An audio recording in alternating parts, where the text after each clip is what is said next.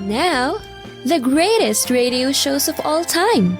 Suspense. The Shadow Node. Washington calling David Harding, Counter Spy. Classic radio theater. The Great Gildersleeve. Fibber McGee and Molly. Dragnet.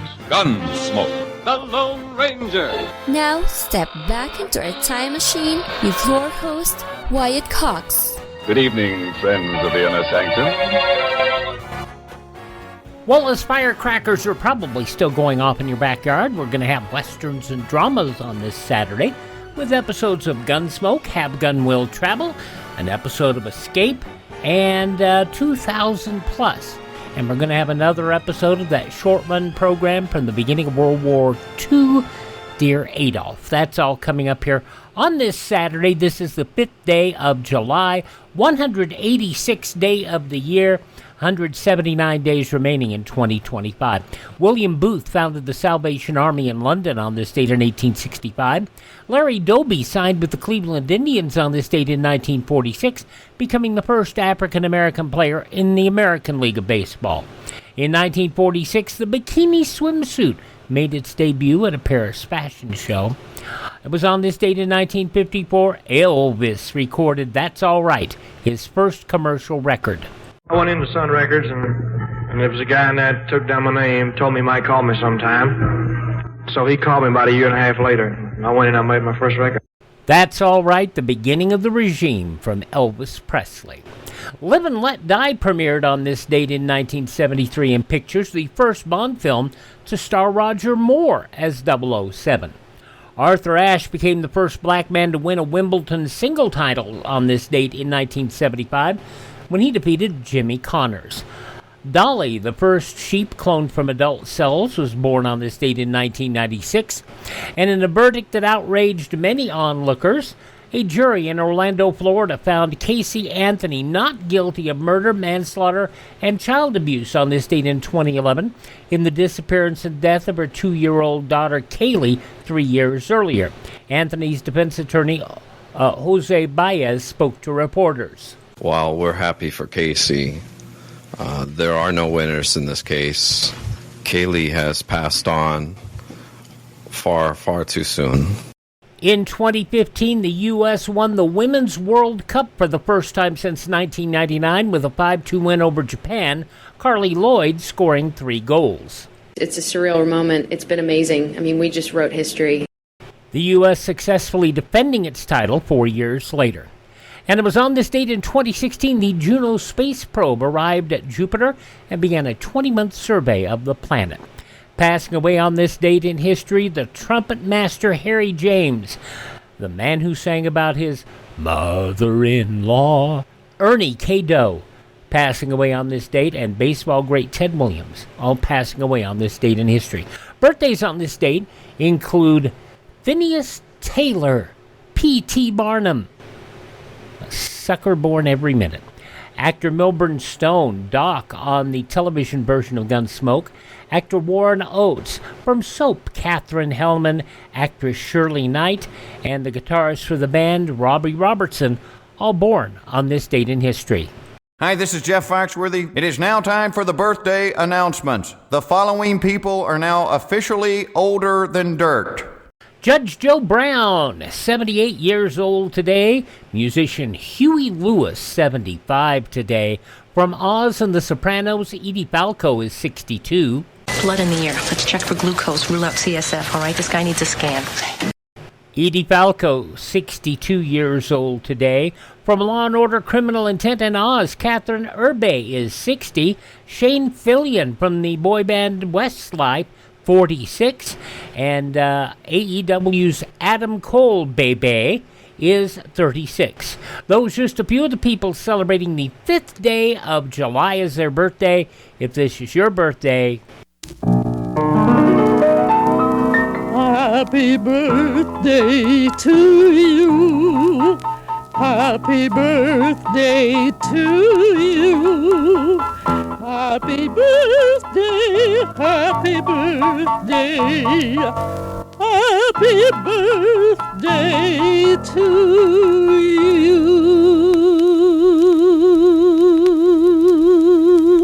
Right now on this Saturday Classic Radio Theater with Wyatt Cox, we're going to head out west, start out in Dodge City, Kansas for an episode of Gunsmoke. That's up next here on this Saturday Classic Radio Theater with Wyatt Cox.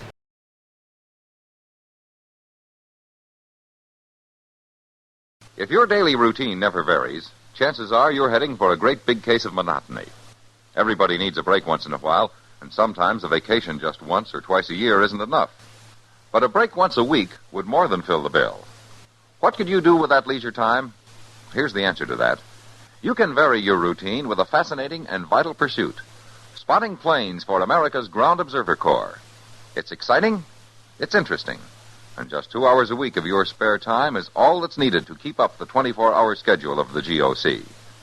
Men and women from teenage up can help the Air Corps cover the blind spots in our radar system by volunteering for the Ground Observer Corps, a civilian component of the Air Defense Command. You'll be trained and supervised by officers and airmen of the Air Defense Command to spot planes in your area. Find out from your local civilian defense office how you can be a civilian ground observer. And now on this Saturday Classic Radio Theater with Wyatt Cox, we're going to head back, 71 years. An early episode of Gunsmoke. This is from July 5th, 1954. The story of Hack Prine, a old friend of Matthews.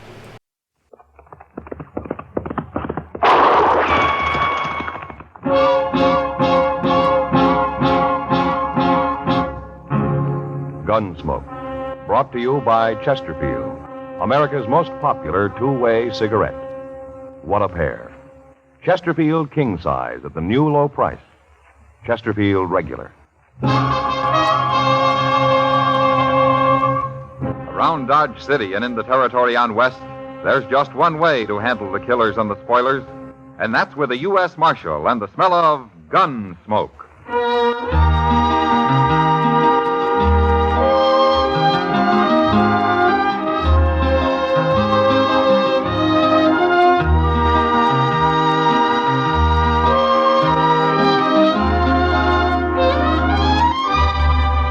Gunsmoke, starring William Conrad, the transcribed story of the violence that moved west with young America, and the story of a man who moved with it. I'm that man, Matt Dillon, United States Marshal. The first man they look for and the last they want to meet. It's a chancy job, and it makes a man watchful. And a little lonely.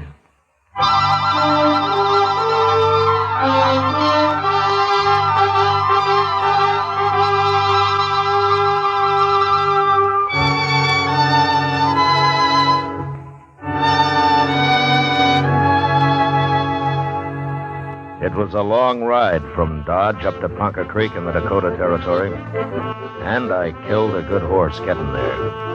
But I caught Lee Trumbo. He was asleep in a clump of willow, and I took him without a fight. We rode his horse double into Sioux Falls, but we came the rest of the way back to Dodge in style, by stagecoach. At least I thought we were traveling in style. Lee didn't seem to care much for it. In fact, he wouldn't even talk until the stage pulled into Dodge and drove up Front Street toward the plaza. You're making a bad mistake, Marshal. Is that so? I didn't kill anybody. There are two witnesses say you did, Lee. They're lying. Then why did you run? My brother Dolph, he said you was after me. That's why I run. You'll get a trial. You can talk about it then. I ain't gonna stand trial, Marshal. Dolph will get me out of jail before that. Is that so? I never figured Dolph is a man to do much of anything. You've been against us Trumbos ever since we come to Dodge, ain't you, Marshal? Yeah, I have. Neither one of you is any good. See what I mean? Yeah, there's your brother Dolph now, waiting to welcome you back. Well, how'd he know I was coming? I wired Chester from Sioux Falls a week ago. That bandy-legged deputy of yours? Chester's not my deputy. Well, he sure acts like it. Yeah, he does, doesn't he? No. Here we are. You got my brother in there, Marshal? Come on out, Lee. You're going to be sorry for this. Yeah, that's what Lee's been telling me. Come on, Lee, get on out of there. I'm coming, Marshal, I'm coming. Shoot him, dog. What? Look out! Look out, there's that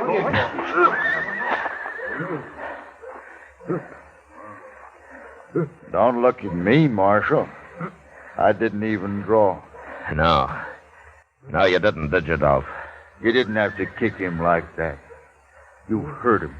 He'll get his wind back. I got him covered, Mr. Dillon. Hello, Chester.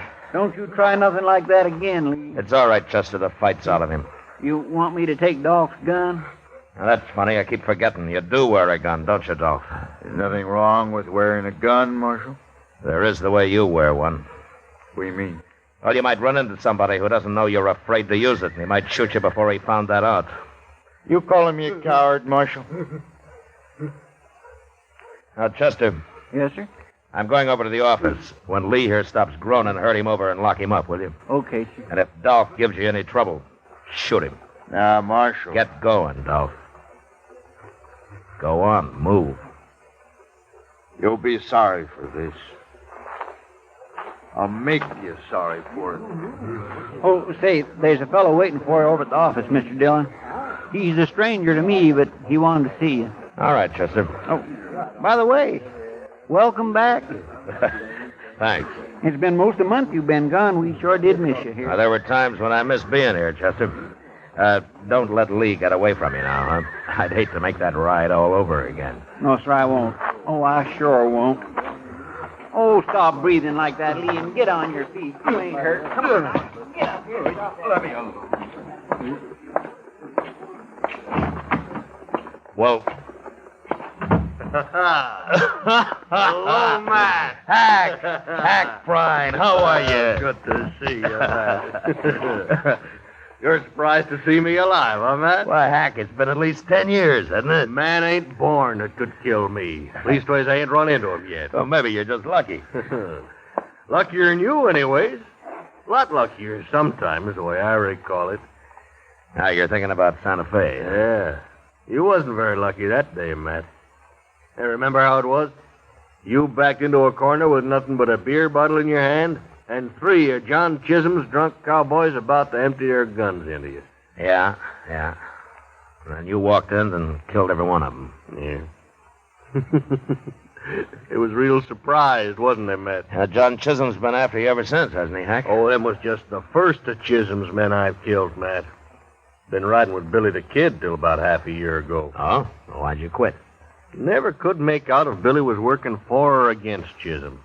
Besides, didn't pay enough. Oh, but you're the one, Matt.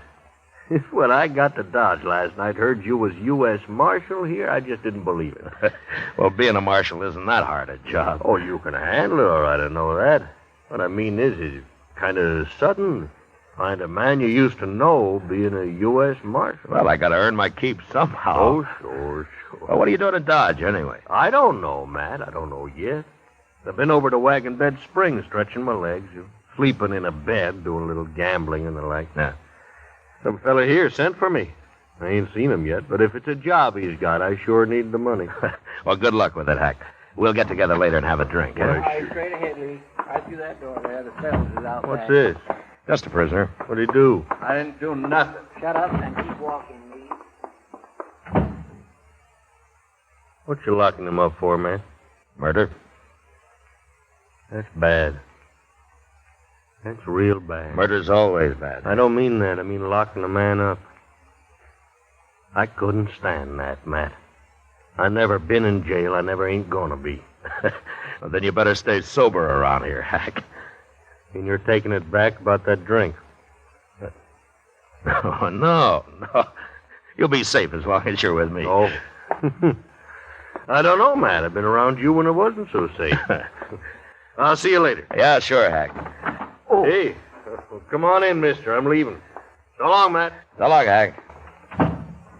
Marshal Dillon? Hello, Ole. How are you? Marshal, I got something I got to tell you. It's my duty the way I see it. Oh, what's the trouble? Hello, Ole. What you doing here? Well, I come to tell the Marshal something, Chester, but I sure don't like informing on people. You understand me, Marshal? Well, what's it about, Ole? Dolph Trumbo, that's what. You got his brother Lee in jail here. We sure have. I just locked him up myself. Well, Dolph's coming to get him out. He's over at the Alfraganza right now talking it up. Talking what up? Well, there's some men at the bar there, Marshal. And Dolph's buying them drinks and telling them his brother's plumb innocent, and they got to raid the jail here and get him out. You mean he's forming a mob? That's what he's doing, and I don't like it. There's going to be trouble, sure. Ole, thanks very much for telling me this, but don't worry about the trouble. I'll put a stop to that right now. Come on, Chester. Yes, sir.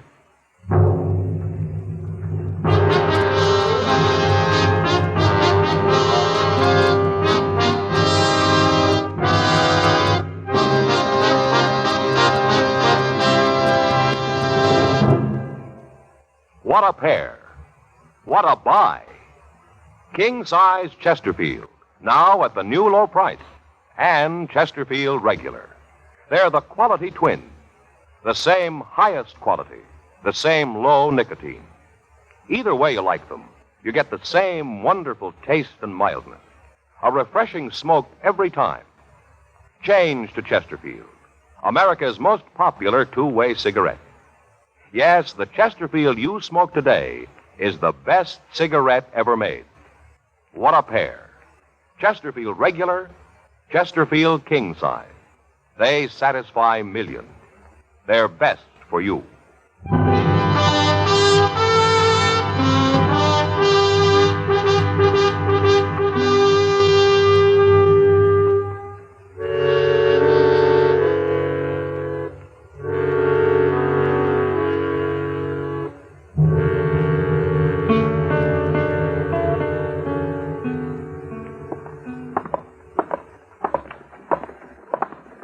Wouldn't you know Dolph Trumbo do something stupid like this, Mr. Dillon? Trying to form a mob to take his brother out of the jailhouse. Well, it works sometimes, Chester. Not in Dodge, it don't. No, not so far, anyway. Now, here's the Oliver Ganza. Now, don't get in the way. Huh? No, sir.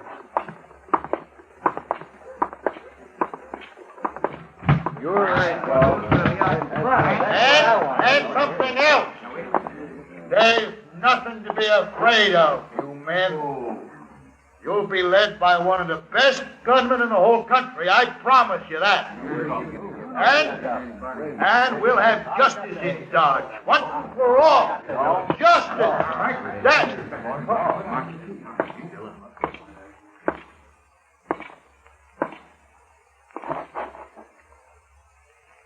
What do you want, Marshal? What are you doing here? Ole told you, I seen him sneak out.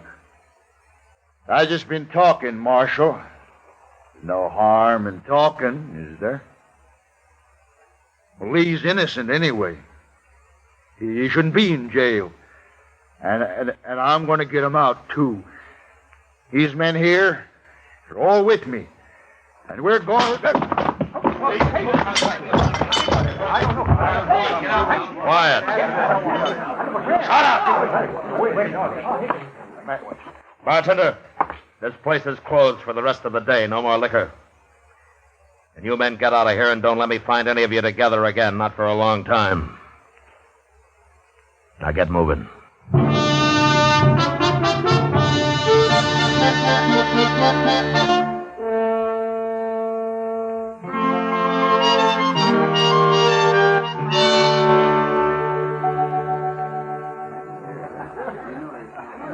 Oh, here, Chester. I'll pay for the beer. You leaving, Mr. Dillon? Oh, Kitty just came downstairs. I haven't seen her yet. I think I'll go over and say hello. Yes, sir. Like for me to go across the street and see if they're keeping the Oliver Ganza closed? No, it's all right. I told them they could open up again tonight. Oh, well, thanks for the beer, Mr. Dillon. Sure, Chester. Welcome to Dodge, stranger. How are you, Kitty? Fine. I'd be even better if you'd brought 2 beers over instead of 1. But you can sit down anyway. Well, you can take this one, Kitty.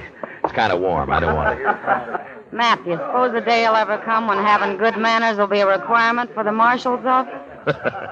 Well, if it ever does, Kitty, I don't guess they'll need marshals anymore. Yeah, maybe you're right at that. Well, how have you been, huh? Everything okay? Well, I was making out pretty good, Matt, till I broke my toe. Broke your toe? Yep. How'd you do that? In the line of duty, right here in this saloon. I got tromped on dancing with a Texas cowboy who should have been spending his trail money on red silk handkerchiefs and soda water instead of me. He couldn't have been over 16. Darn fool kid. There's not much you can do for a broken toe, is there? No. At least it doesn't hurt when I'm sitting down. I hear you broke up Dolph Trumbo's party at the Alafraganza this afternoon. Oh? Huh? You hear just about everything, don't you, Kitty? Men. They talk more than women. This place is full of men, day and night. You think if I closed my eyes and prayed real hard, they'd all go away? Well, if they did, what would you do for a living? That'll keep me awake. Say, there's your friend Dolph now. Just came in. Huh? There's a stranger with him, Matt. Well, I'll be. What's the matter? Who is he? He's a gunman, Kitty. That's so? Yeah. I guess he's about the handiest man with a gun that ever hit Dodge. So Dolph's gone and hired him a gunman. Who is he, anyway? What's his name? He's a friend of mine, Kitty. A friend of yours? Yeah, good friend. He saved my life once. But now I guess he's going to try to get it back. His name's Prine. Hack Prine.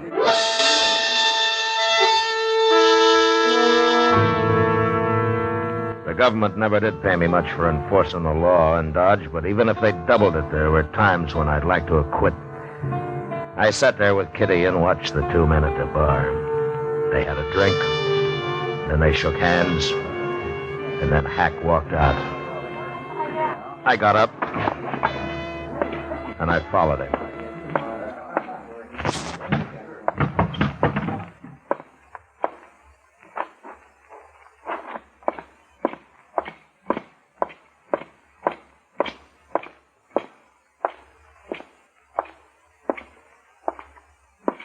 Following me, Matt? Yeah, Hack. What for? Where you staying? Dodge House. Huh? Got a room. I'd like to talk to you. Street'll do. Okay. Dolph was trying to form a mob this afternoon, Hack. He wanted to raid his brother out of jail. I heard about it. When I went to break it up, I heard him saying they'd be led by one of the best gunmen in the country. Now, that wouldn't be Dolph himself. No. He's afraid of guns. He meant you, didn't he, Hack? I hadn't talked to him yet. He was just guessing I'd come in. And you have? Not with no mob. I told him that. I don't work with mobs. You should have known better than to say that. How do you work, Hack? Alone, by myself. I'm a pretty good gunman, Matt. Yeah, I know. It saved my life once, sure, being a good gunman. Yeah. Matt, turn his brother loose. I get paid if you do. Look, Hack, Lee Trumbo murdered a man. He's going to stand trial for it. I don't get paid if he stands trial. But you get paid for shooting me? That's what Dolph said. That was his deal. Well? Oh, they tell me you're better with a gun you used to be, Matt. Hack, I don't want to fight you. Afraid, Matt? How'd you get to be marshal, anyways? It's a job. I took it. Well, I've been offered a job, too, and I took it. Yeah, but you had better jobs, Hack. Oh, it's been bothering me some, Matt. I took an awful chance saving your life once. Now I got to take another to kill you. That don't make much sense, does it? Look, Hack, why don't you forget it, huh? Go on back to Wagon Bed Springs. I'll lend you some money to see you through. No, it ain't that easy, Matt. I back out on this, the word will get around. Nobody'll hire me for nothing no more. My reputation won't be worth crowbait. Did Billy the Kid pay you to kill men? Of course not. Of course not. That was for pleasure. You know how I hate John Chisholm. And you come down a long way, Hack. Selling your gun. I killed a man for pay over to La Junta. Didn't bother me none. Who was he? I don't know. Some gambler. Pretty good gunman, though. Tell me something, Hack. Did Dolph say how his brother murdered that man here? Dolph claims he didn't do it at all. Well, there were 2 witnesses who saw him do it. The man was a buffalo skinner, unarmed. He didn't even have a knife on him. But he refused to buy Lee Trumbo a drink, so Lee shot him. Unarmed? That's right.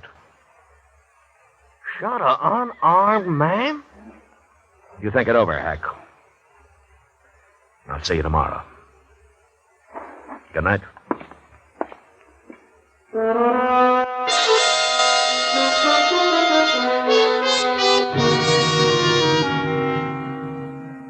A man like Hack Prine had his own peculiar sense of honor. The idea of shooting me seemed to bother him less than the fact that Lee Trumbull would kill an unarmed man. Later that night, I heard he'd been seen having an argument with Dolph. So I figured I'd won. But another killing in Dodge, either me or Hack, had been avoided. Until early next morning, word came that a man had been shot at the Dodge house. I sent Chester on over while I went up and got Doc Adams.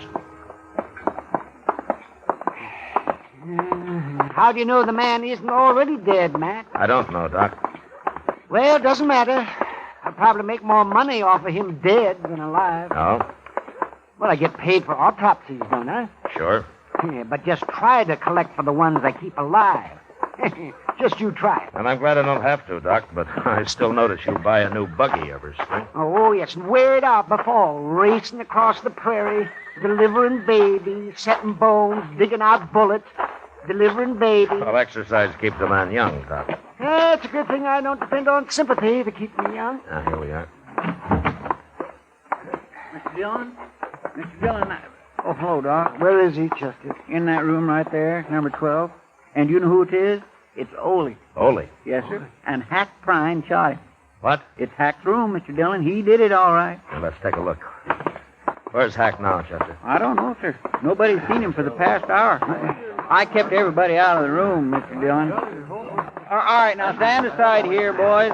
Let the marshal and Doc through. Come on now, fellas, let them. Let me through. Let me through here.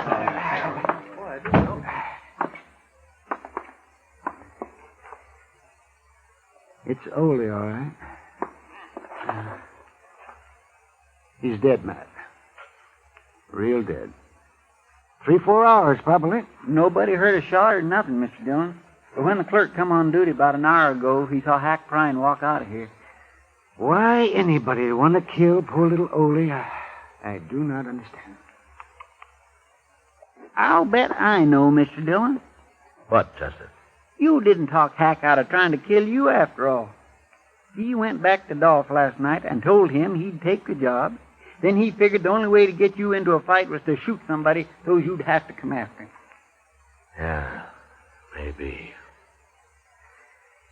Now, come on, let's start looking for him.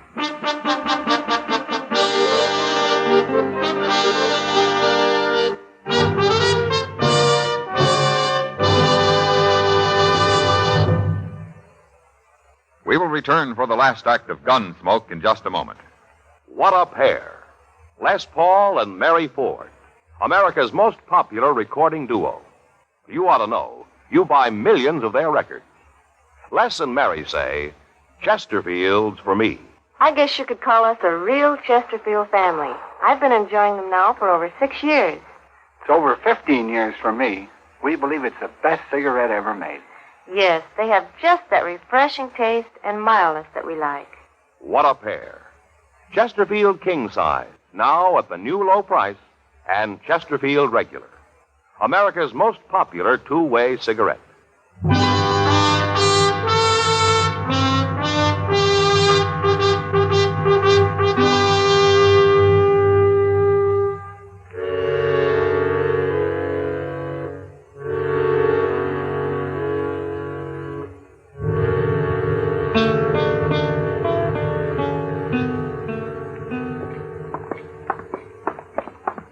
I guess the Oliver Gans is the only place we haven't looked in, Mr. Dillon. He's got to be there, unless maybe he's going to try to bushwhack you. Hack may be a paid killer, Chester, but he'll always face his man head on. Yes, sir. That come right from the Oliver Gans. Yeah. Mr. Dillon, there's Hack. He's coming out. Yeah. All right, get off the street, Chester. Yes, sir.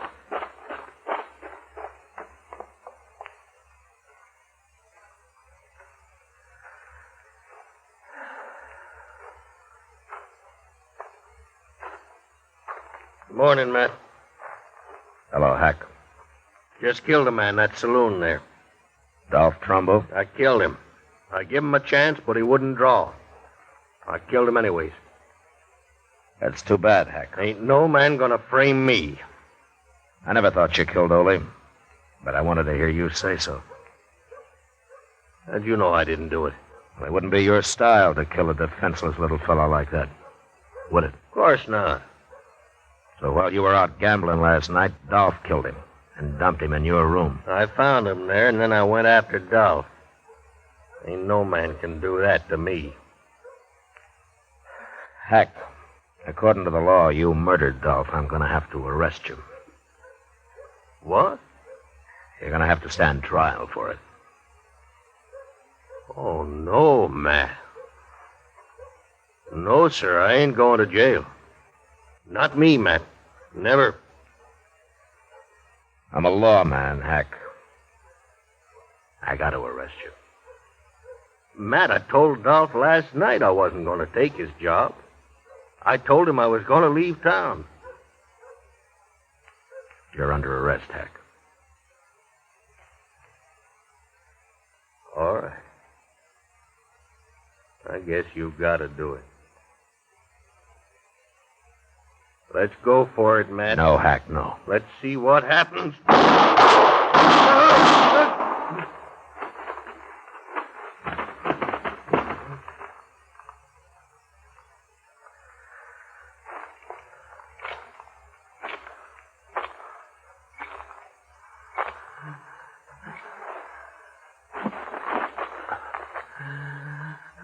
Hack.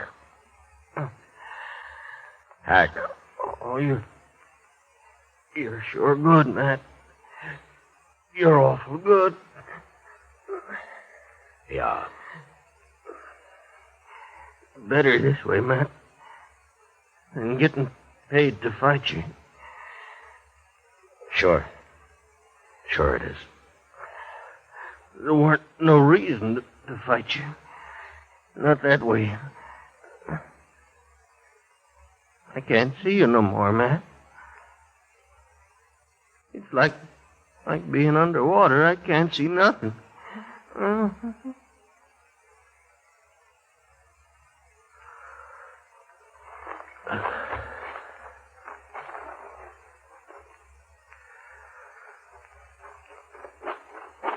Dillon, that was awful good shooting. I never seen nothing as fast as that in my whole life. My, I'll bet he didn't know what hit him. The way he spun around there when you... Mr. Dillon? Mr. Dillon, what's the matter? Mr. Dillon? My...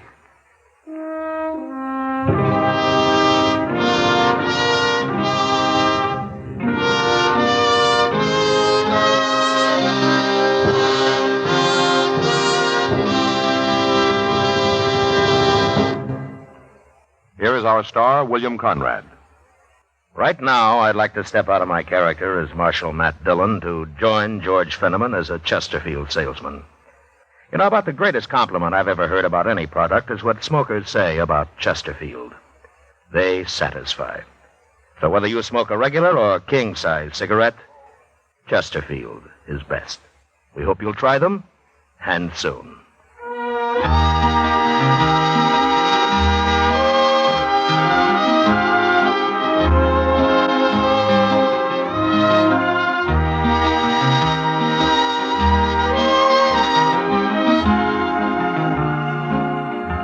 Gunsmoke, transcribed under the direction of Norman MacDonald, stars William Conrad as Matt Dillon, U.S. Marshal.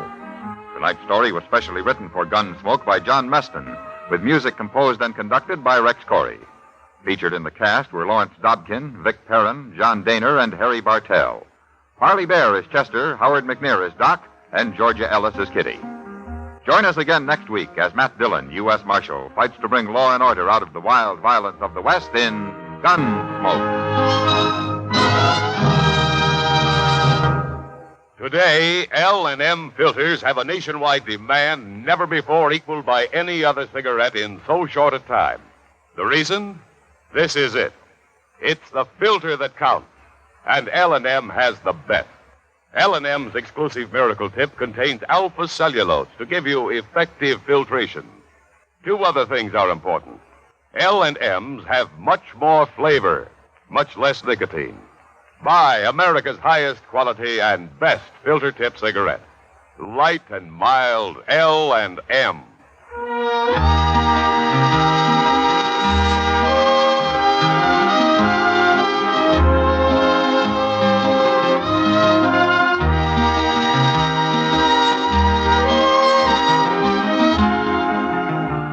Be sure to listen to Dragnet, the story of your police force in action, tomorrow night, Tuesday, on another network. Next week at this same time, Chesterfield will bring you another story of the Old West on Gunsmoke. This is the CBS Radio Network.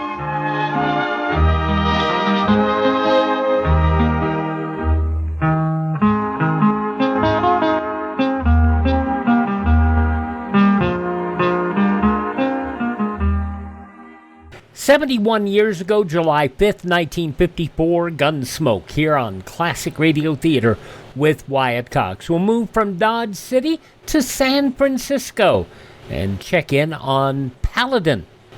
Have Gun Will Travel. That's next.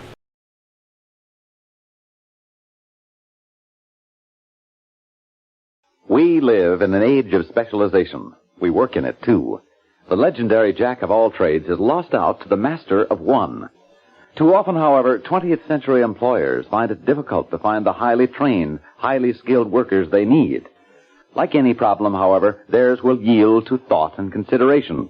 A physically handicapped worker, for example, may not be able to do every job well, but if he's trained to do the one job you want done, you can rest assured he'll do that job well.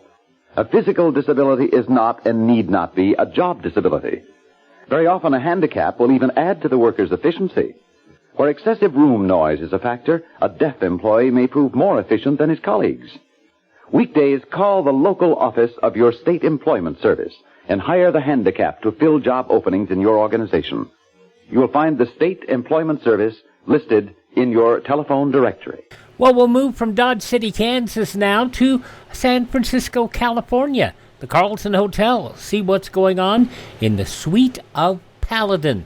John Dehner starring, going from a bad guy to a reasonably good guy in this show. Have Gun Will Travel. 66 years ago, July 5th, 1959, and the Comanche.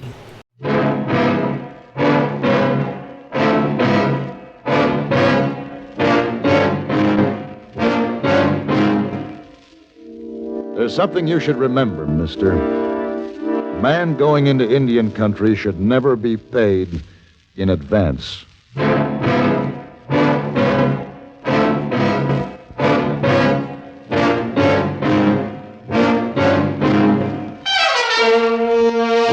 Have Gun Will Travel. Starring Mr. John Dehner as Paladin. San Francisco, 1875. The Carlton Hotel, headquarters of the man called Paladin.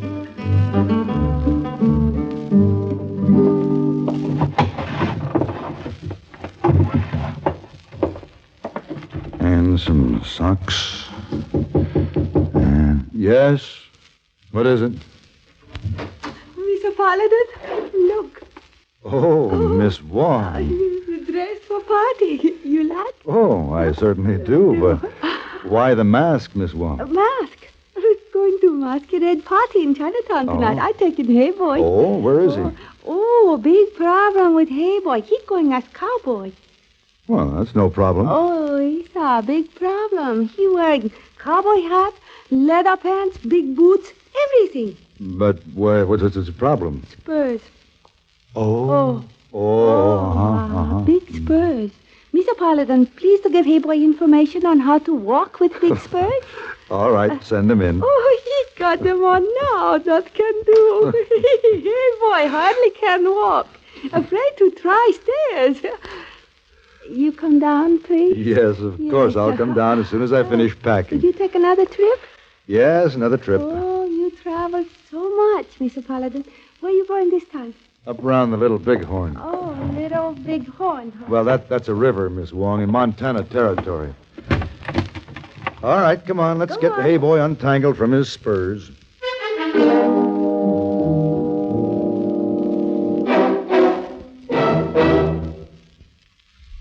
You know, I guess just about the most popular sport in the world, everywhere in the world, is fishing.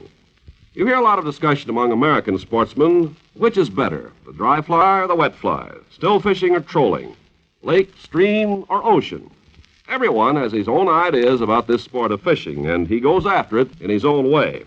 Well, that's true all over the world. As our servicemen have observed, there are a lot of different ways of catching fish. In Borneo, for example, the natives crush the berries of a certain shrub, and the juice poisons the fish of a river without spoiling them as food. In Africa, South America, and Alaska, the spear or harpoon is used. In Japan, trained birds called cormorants are sent diving down into the water to bring up fish. In some Pacific islands, nets are used. In others, the bow and arrow is the favorite method of getting fish for supper. Well, what's true about fishing is true about other customs and traditions around the world. The way of doing things may be different, but the ideals are the same. No one way is right or wrong. It's just what suits the individuals best. These customs are important to the people who follow them, and our servicemen are helping to maintain goodwill by observing the customs of other people in other lands.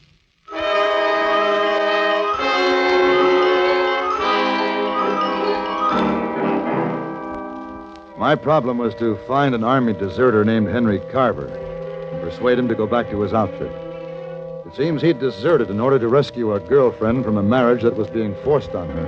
He was asking for money from his family to help him escape into Canada. He and the girl would be at the Billings Waterhole. Montana was no place to be at this time. The Sioux were being pressed by the Army to go back to the reservations. I saw a lot of Indian sign. Several times there were Indian smoke signals in the far hills. Then I saw the waterhole. But someone saw me first. Hey, don't shoot! Where are you? Keep riding, mister. You Corporal Carver? Who are you? My name is Paladin. Your mother sent me. Did she send the money? No. Then get out of here. Now, wait. Let me talk to you. Now, don't come any closer. We got nothing to talk about. You get back on that horse and ride out of here. Henry, maybe he can help us. Becky, you stay out of this. Go on, mister. Start moving. Any message for your mother? Yeah. Tell her Becky and me'll make Canada on our own. Maybe you won't. What are you talking about? A troop of cavalry. What? Becky, stay here. No, you stay out of sight. They may be looking for you. No.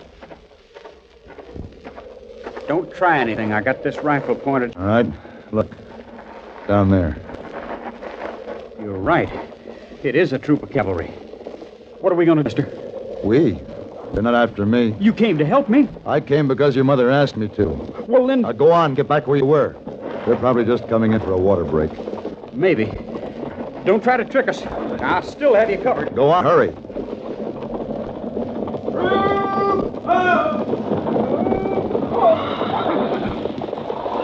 All right, men. Water your mounts and fill your canteen. We'll have 10 minutes. Stretch. Up for landers. When we move out, I want the scouts out. You can push the flank guards farther out, too. Captain. Who are you? John Keel. Paladin, what a sight to see in the middle of nowhere. John Keel. Say... Well, that's right, Captain Keel. Yeah, how long's it been, Paladin? 6, 7 years? Oh, I'm not sure. You came through San Francisco. Yeah, I did, and I've still got the hangover. Oh, Dolan. Yeah, Captain. Here, meet my friend Paladin. Sam Dolan. Paladin. How are you, Dolan? Dolan and his men joined us a couple hours back. Oh, scouts? Civilian. I'm hunting for a man, but them Injuns the way they are, I figured traveling with the cavalry was safer. Yeah, I understand. Well, John Keel. Hey, I see you're still riding that same old horse. Comanche? Yeah. Sure. We've been together a long time. What are you doing out here, Paladin? Business. See any Indians? Just sign. We've been driving most of them north. Come on, let's walk to higher ground. Maybe we can see something. Dolan, you better come. Maybe the man you're looking for is around here.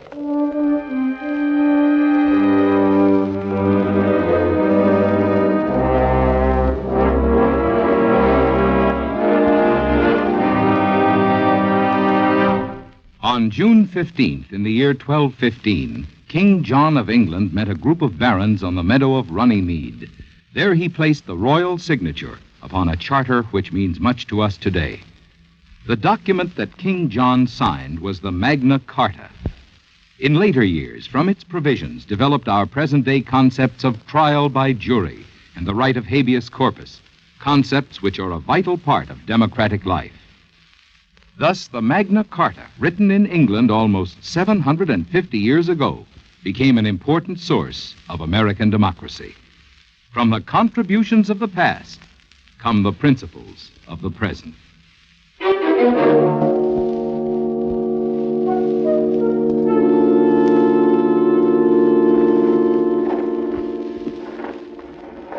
See anything, Keel? No. No sign at all. That's good. Well, let's start back down. Yeah.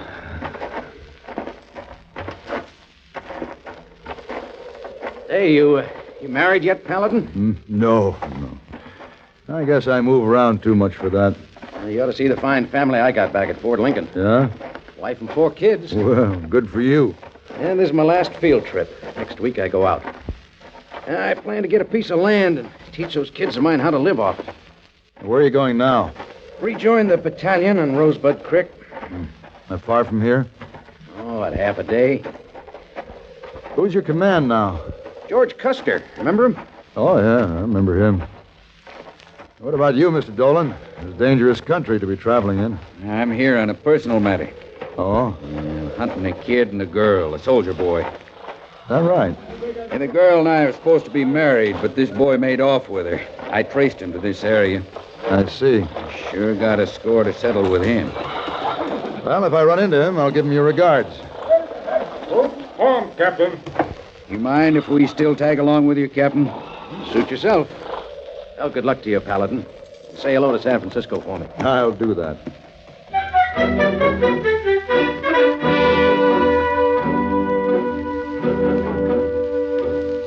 I watched Captain Keogh and his men leave. He and I had been in the war together. And if it hadn't been for the business of the Carver boy, I'd have ridden on with him. When I was sure they couldn't see me, I edged around the rock toward Carver. Only the girl was there. Where'd you go? I don't know. I'm right in back of you, Paladin. Don't try anything. Give yourself up, Carver. Maybe you ought to, Henry. Don't talk like that. Get moving, Paladin. You're in my way.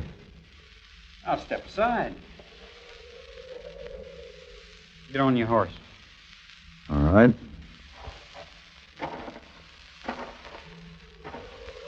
All right, now, give me that rifle. Go! You killed him. Ah, he'll live. He's not shot. Oh, what are you going to do with us? I'm going to save you from yourselves, if I can.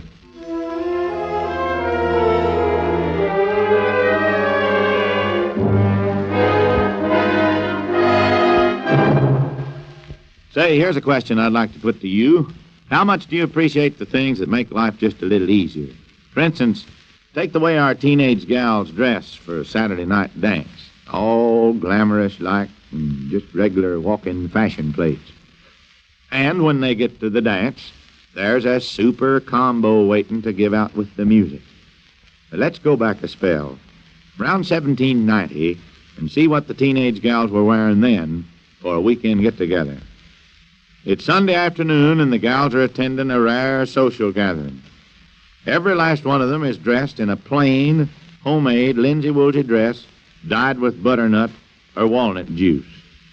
And there isn't a frill or a bright-colored ribbon to be seen. They don't cotton to such doodads in 1790. Of course, they've all bought their spinning wheels and looms with them, and while they sit and talk, their fingers kept busy. There's stockings to be made for everybody in the family, mittens and shawls for the winter, maybe a pot holder, or two to protect Mother's hands from the homemade iron pots. And what do they talk about? Mostly about the time when they'll get married and have their own families to take care of. And sometimes when the Indians pull a surprise attack on the fort, the gals are called out to take their place at the stockade to keep the muskets loaded, or maybe fire one themselves. Yeah, that's what a weekend date meant to the gals in 1790. But to them it was just part of the routine, because like their folks, they worked and fought so living would be easier in the future that you're now protecting.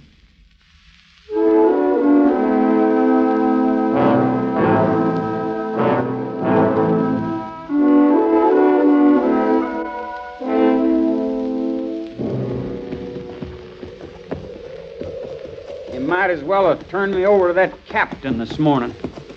No, it's not the same as giving yourself up. I'm not giving myself up. Can't you see it's not his fault? He didn't just run away. I begged him to help me. He was in the service. It was his duty to stay there. Huh. Duty. Beating the scrub for a handful of disorganized Indians? Becky was being forced into marrying that old Coop Dolan. You saw him, the kind of a man he is. He's still deserted. Mr. Paladin, there's something you should know. Oh, don't bother, Becky. It won't make any difference to him. We're married, Mr. Paladin. The day after we ran away. Well, my best wishes to you, Miss Carver. However, your husband's right. That doesn't make any difference. Now, wait a minute. Hold up. What now? Looks like there was a camp here not long back. Indians? I don't know.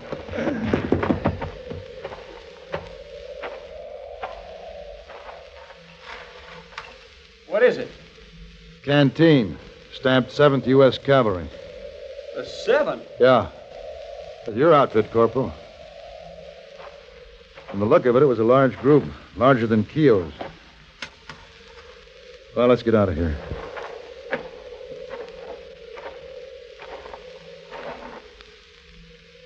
Oh, what is it? What are you listening for? Do you hear it? Hear what? I don't know. A rumbling in the ground. Like a lot of horses or distant thunder.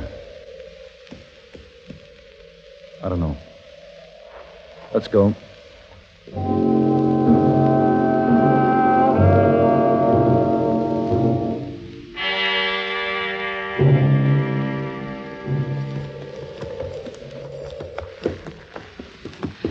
Why are you so worried, Mr. Paladin? What makes you think I am? I've been watching you. Ever since you heard that sound, you've changed. Like something's bothering you. Paladin, look. What? That horse. On top of that ridge over there. Yeah, I see him. Hey, he's got a saddle on him. Let's ride up there. Yeah. Come on, boy. Maybe his owner's foraging. Maybe. He's just barely moving. Paladin, that's a cavalry saddle. Yeah, wait a minute. That's Captain Keogh's horse. Ooh. Oh, Ooh, now, boy.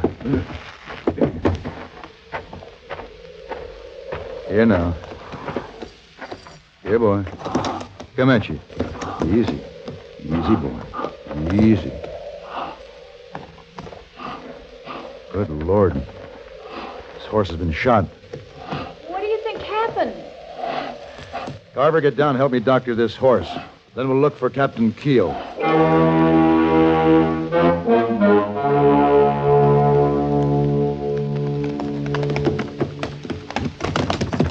Watch your horses don't slip. What are we going down here for, Paladin? I gotta find out what happened to Keogh. Comanche seems better, Mr. Paladin. Yeah. Come on, let's head down that draw.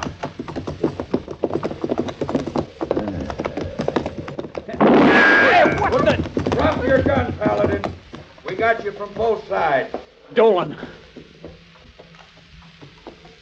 Well, looks like I got my bride back. And our friend, the deserter, too. You can't do anything now, Mr. Dolan. We're married. We'll talk about that later. Thanks, Paladin, for delivering them up. We saw you coming a long ways back. What happened to the cavalry, Dolan? I left them this morning. There was a lot of Indian signs, so we turned back. It's a lucky thing we might have missed you. All right, boys, get him off the trail to the clearing, and then get that noose ready. We got a deserter to hang.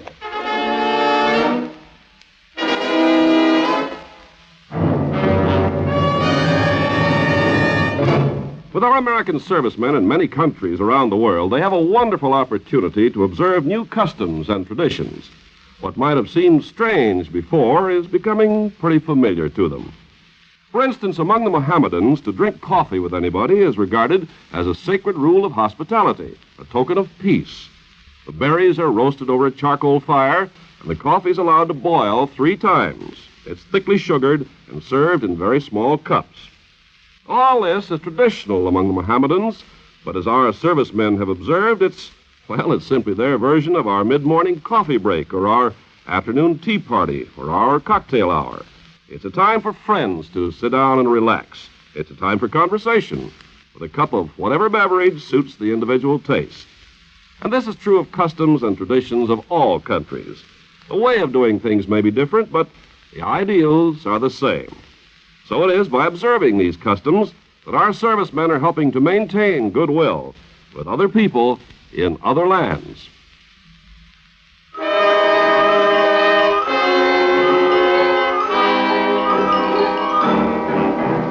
Dolan and the 2 men forced us towards a big tree in a clearing nearby. One man threw a rope over a branch while the other put the noose around Henry Carver's neck. Dolan sat his horse watching with a grin on his face. I waited the chance to get to my derringer. All right, let's get this job done and get out of here. Swat that horse out from under him. No, please don't do it. I'll do anything you say. Well, you will anyway. Now, go on, boys. Do it. Get away from that horse. Got a gun. Look out. Dolan. You 2 will get the same thing. We ain't staying. This ain't our business. Come on. Paladin, is Dolan dead? Yes, he's dead. And I've got his gun, Mr. Paladin, pointed right at you. So drop that derringer. Now, Becky, don't do this. Drop the gun. All right. But you're not going to win anything this way. Henry and I can get to Canada. Oh, can you? There's a cavalry patrol coming this way. Where? Becky, quit talking and get this rope off of me.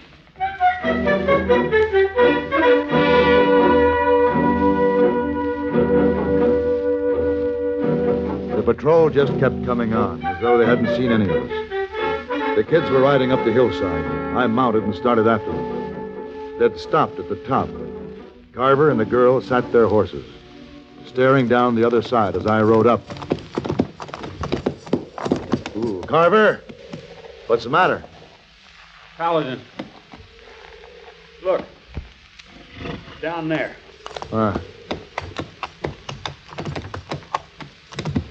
What is it? Good Lord. It's the 7th Cavalry. No one's moving, Mr. Paladin. They've been slaughtered. They're all dead. My outfit. Oh, Henry, don't, please. What could you have done except die with them? That's what I could have done. Hold! Halt!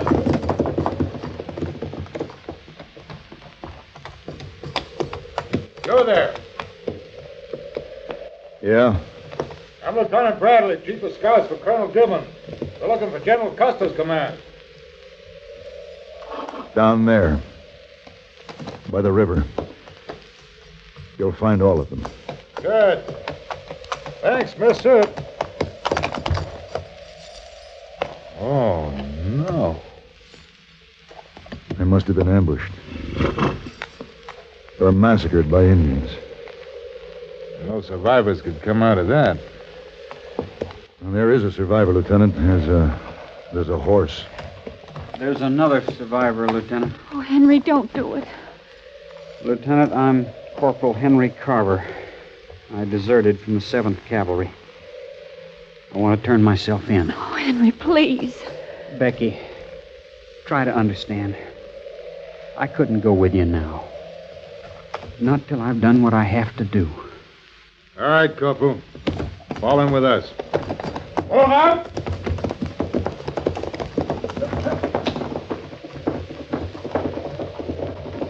Why, Mr. Paladin? Why Why did he turn himself in? They won't care now. He will.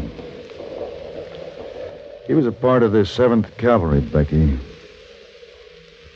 He was a part of other men. Come on. I'll take you home.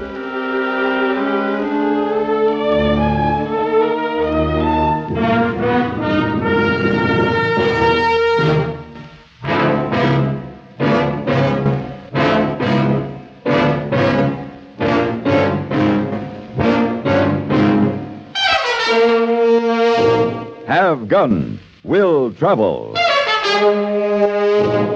Created by Herb Meadow and Sam Rolfe, is produced and directed in Hollywood by Norman McDonnell and stars John Dehner as Paladin, with Ben Wright as Hayboy. Tonight's story was written by Irving Wallace and adapted for radio by Tom Hanley. Featured in the cast were Sam Edwards, Barbara Eiler, Vic Perrin, and Jack Moyles.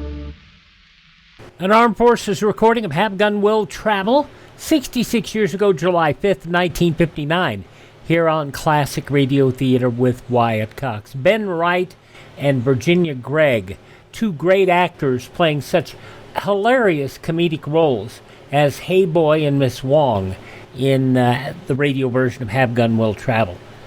Wonderful, wonderful job by them.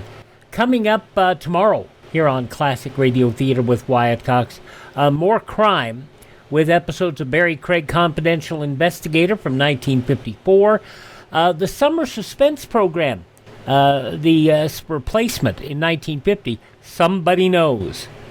CBS Radio offering $5,000 to people who could solve the mysteries that were unknown. And many of these real-life crimes were never solved. Now, also, Joel McCrea in a 1952 episode of Tales of the Texas Rangers and a 1958 episode of Suspense, Rubbed Down and Out. On Monday, more crime with Rogues Gallery, starring Dick Powell from 1946, The Cabin on the Lake, Candy Matson from 1949, and a couple of episodes from 1947, an escape episode, The Man Who Would Be King, and Did Justice Triumph. On Tuesday, we'll have some humor mixed with the drama with George and Gracie from 1940, Tom Brenneman, Breakfast in Hollywood from 1947, the FBI in Peace and War, Cross Country from 1956, and a 1962 episode of Yours Truly, Johnny Dollar, starring Mandel Kramer. Last Summer's Love on Wednesday, an episode of Romance from 1955. Jeff Regan, Investigator from 1950. I Was a Communist for the FBI from 1952, and an episode of Calling All Cars.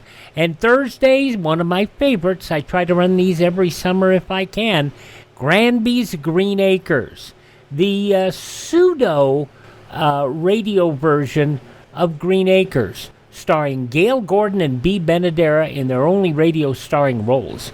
And The Adventures of Archie Andrews, Paul Winchell and Jerry Mahoney, and our Miss Brooks. Thursday, we've got all comedy, which we don't have a lot of in the summer months. And on Friday, we'll have an hour of the Chase and Sanborn Hour, and then the Mercury Theater on the air production of Dracula.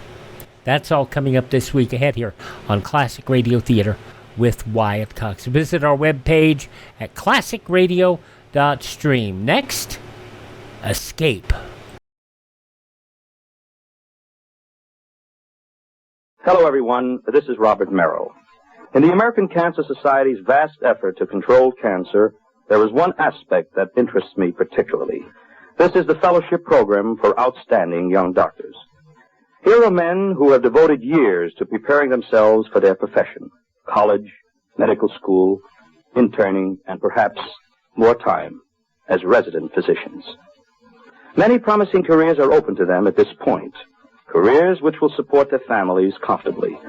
Yet, they accept American Cancer Society fellowships at $50 a week. Now, these dedicated young scientists are working for us. We owe it to ourselves to help them in this tremendous fight against man's cruelest enemy. We can and we must help this fellowship program as well as the other valuable endeavors of the American Cancer Society. Give generously.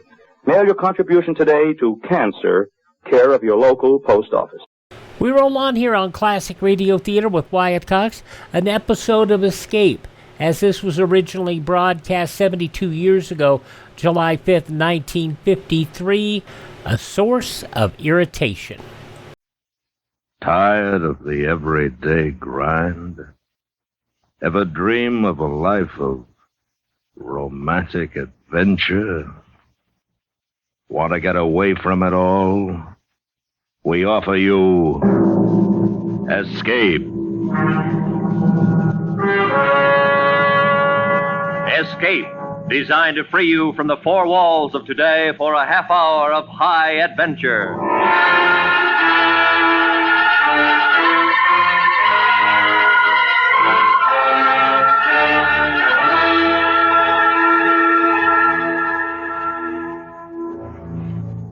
You are a farmer, peacefully working the soil, planting your crops, while above you, deadly as a vulture, a man is descending who will carry you away to his lair, a place from which there is no escape.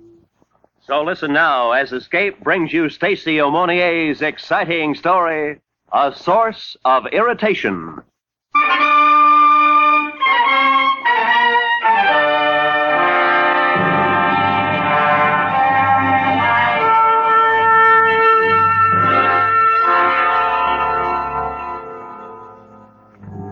You know, whenever the talk turns to the last war and who won it between the correspondents at the Overseas Press Club on Fleet Street, it becomes a hot two-way fight between the Americans and the Englishmen. Myself, I'm a shy man. I keep out of it and order myself a shot of Benedictine and brandy. But privately, I have my own candidate. You can take it for what it's worth, but I'd nominate old Sam Gates. I know about Sam because I had occasion to cover the story for the Times.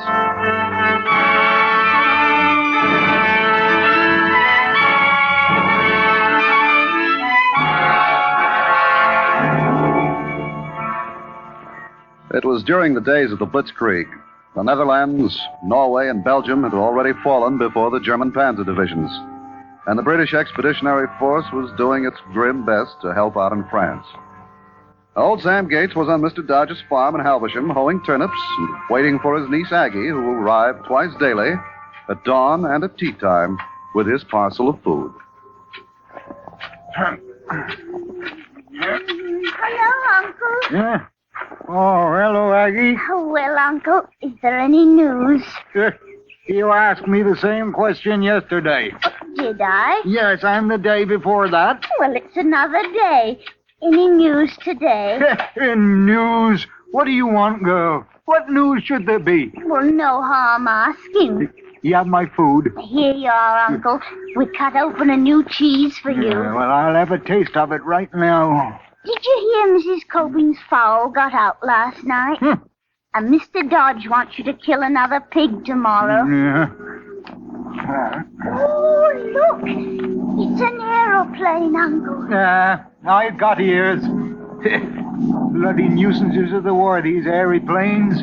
Ours and theirs. Oh, Uncle, did you know that Mrs. Hardwick's nephew Clarence has joined up? He's flying a Spitfire. I knew he'd never amount to much. Well, Mrs. Hardwick says that... Aggie, girl, the cows need milking. Oh, all right, Uncle. You needn't get cross. I'm going. Yeah. Bloody morning. If it ain't the girl, it's the airy planes.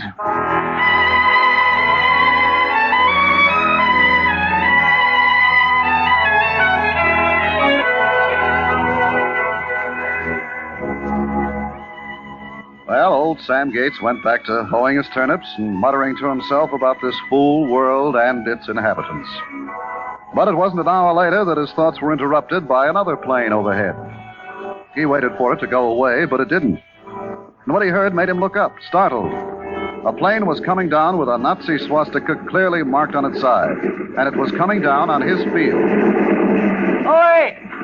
Hey there! This ain't no flying field! Stop! Hey!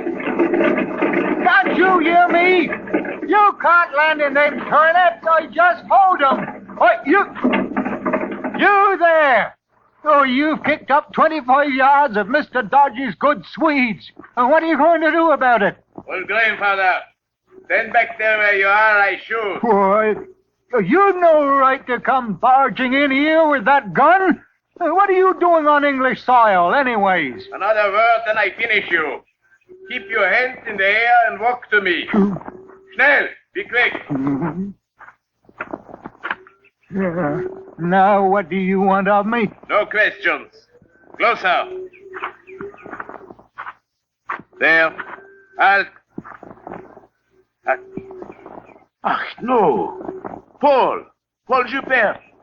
Heil Hitler. Heil Hitler, me foot. I'm not much in favor of Mr. Hitler. Hey, what are you talking about, Herr Joubert? I ain't no one called Herr Joe Peer, and what's more, I don't want to be. Huh? One moment. What do you do? Hey, wait! My beard ain't for tugging. You've been and gone and lost your mind. Quiet. You, what is your name? Sam Gates. And who are you? Never mind. Lie down. Keep your face in the ground. You going to shoot me? Englander Schweinhund. Hurry, do as I say. I suppose I'll have to.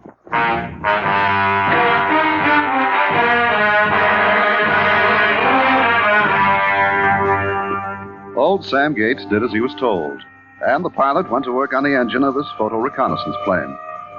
He located his trouble in a clogged fuel line and had it repaired in a few minutes. Then he looked at the old man and smiled grimly. You, old man, get in the plane. Well, what are you talking about? I ain't imitating fish nor bird. A man's 2 feet belong on the ground, and that's where mine is staying. No discussion. Get in or I shoot. Well, what do you want me for? Get in. You're going back with me.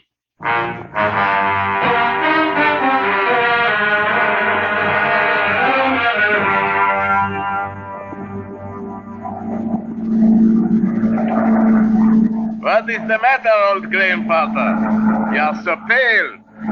What if I am? I ain't been in the hands of a madman before. I want to be set down this minute. I can't be flying about the country with hoeing still to do and Mr. Dodge's turnips only half thinned. Turnips. Hey, what's that noise from? You're Englishmen. They are shooting at us. Who? Better say your prayers, grandfather. Oh, I've been praying, but I can't decide whether I want the Almighty to strike you down or save me.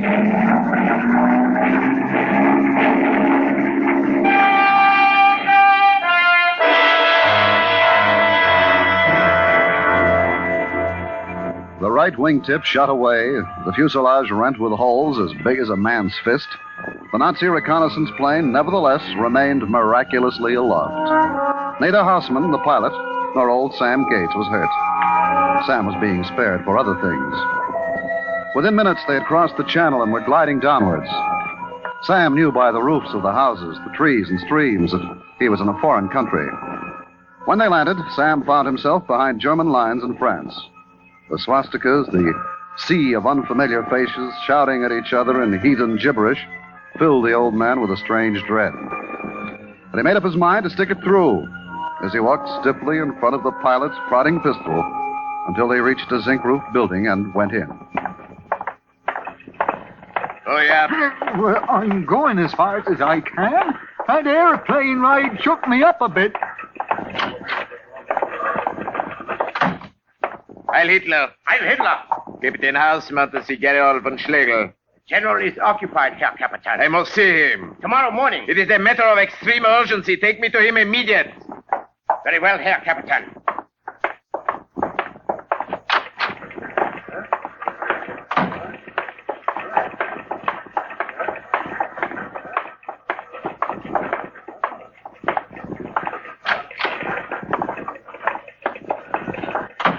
Herr Captain Hausmann, Herr General. Get the pipe out of your mouth. Stand at attention, grandfather. Heil Hitler. Heil Hitler. Now, what is the meaning of this, Hausmann? Who is this old farmer? I brought him from England, Herr General. Hausmann, have you gone mad? Ah, that he has. Mad as a March hare. without a by your leave, he comes thundering out of the sky, kicking up 25 yards of good turnips, and snatches me from the honest toil to go flying off with them. Quiet, you. Dear General, please look at him closely. What do you expect me to see, houseman? No. Paul Joubert. I never heard of any Paul Joubert. My name is Sam Gates, and as much as your flying machine grinds a man's bones to dust, I'll expect you to have one deliver me safe and sound to Mr. Dodge's farm on my native soil, or the king will hear of this. This is not Paul? No, Herr General. Joubert is now a gardener at the convent of St. Eloise, at Maillet-en-Honor, 100 feet from British field headquarters in Paris. I know where he is supposed to be. What is the point of all this, houseman? Well, Paul Joubert has practically become the eyes and ears of the German army. He delivered us the complete blueprints of the Maginot Line and every move the England has made. You do not have to sing Paul's praises to me. I am well aware he is the best spy in the Third Reich. The Englanders know that too. They put a reward of 10,000 pounds on his head. Twice they have captured him, and each time he has slipped from their fingers. They've gone so far as to distribute his photograph to all commanding officers and their staffs. Houseman, you are pondering the obvious. Now what about this old farmer? He and Paul Joubert are exact identical in appearance. Well? I don't want grandfather over here. But suppose, Herr General, they found the dead body of Paul Joubert. Houseman, you may have something there. I'm certain of it. Put grandfather in one of our uniforms with Joubert's identity card in his pocket and allow the Englanders to find him dead behind our lines. Excellent. The English will spread the word of Paul's death to the other allies, and the real Paul Joubert will be free to continue his labors undisturbed. Houseman, you are a clever man. Danke, Herr General. Do not worry, Houseman. Word of this will reach the Führer himself. But now we do not have a moment to lose. The English are attacking Hill 701, which we are abandoning within the hour to straighten our lines. The perfect place for our little plan. Take up a Lieutenant Schutz with you. Ja, mein Herr. Keep the farm at the front lines until the order for retreat is given. Then shoot him, but do not disfigure him. And be sure to lay him out face upwards. I understand perfect. Proceed immediately, Houseman. Heil Hitler! Heil Hitler!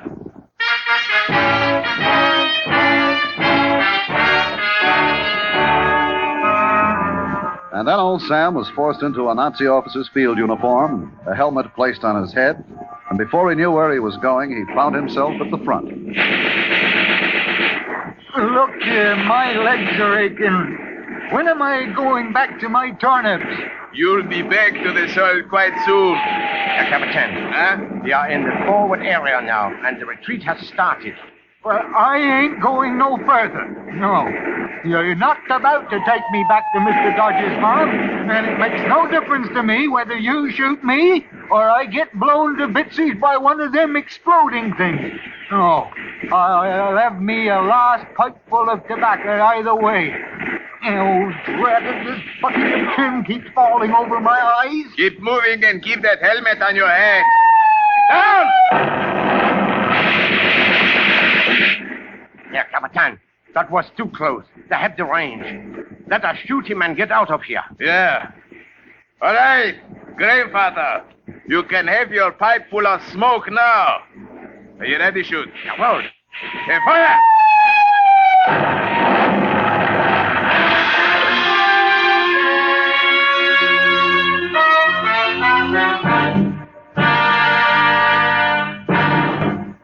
We will return to Escape in just a moment, but first, answering the call of the sick and the distressed at home and at the battlefield is the job of the Red Cross. This month, the Red Cross is asking for contributions to carry on this wonderful work for another year. Can we do less than answer the call ourselves? Give as much as you can to the American Red Cross. And now, back to Escape.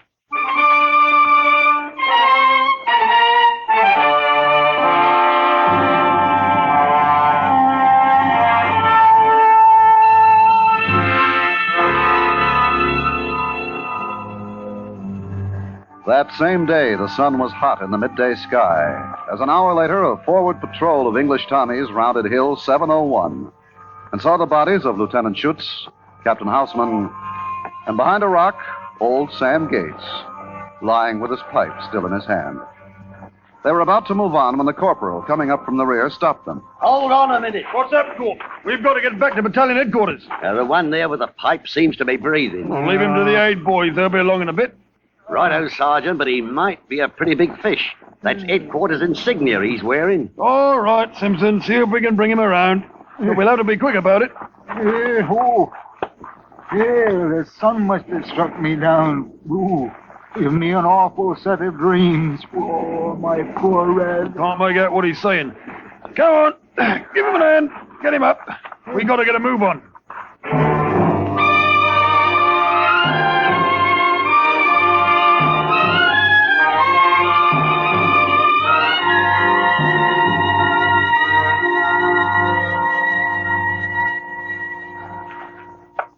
Is this the prisoner, Sergeant? Yes, sir.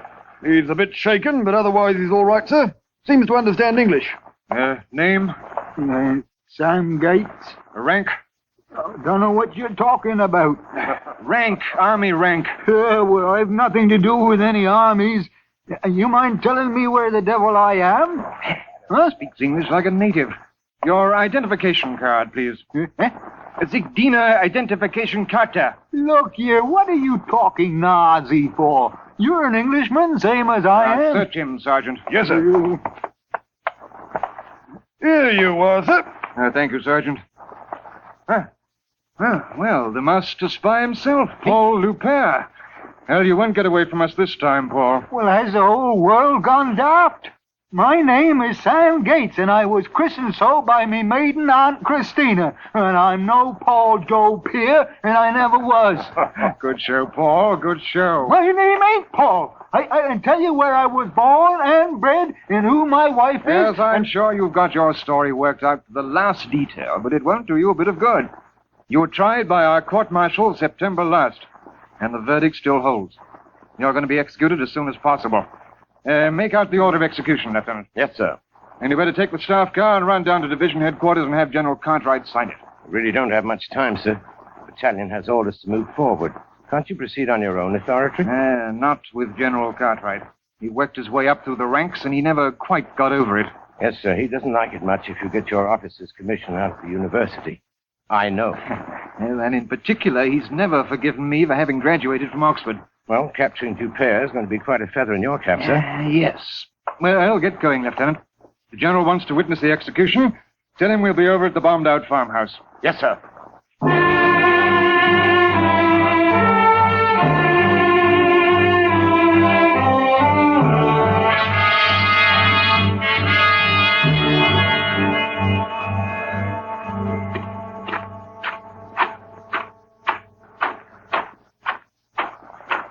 Squad, halt! Now, there won't be any delay, men. Sergeant, Corporal, advance the prisoner to the wall. Keep your rifles cocked. Yes, sir. Right, sir.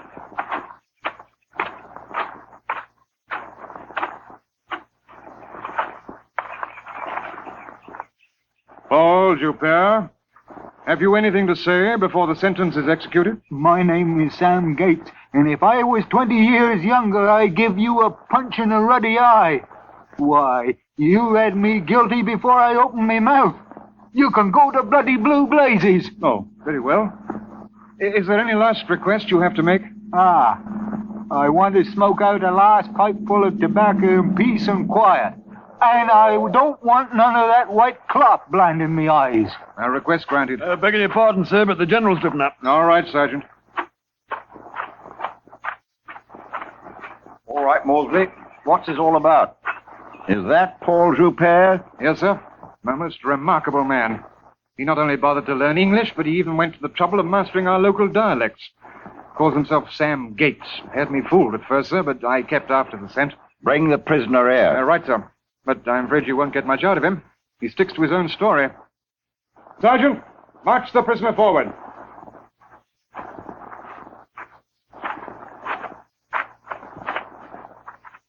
Say your name is Sam Gates? It is.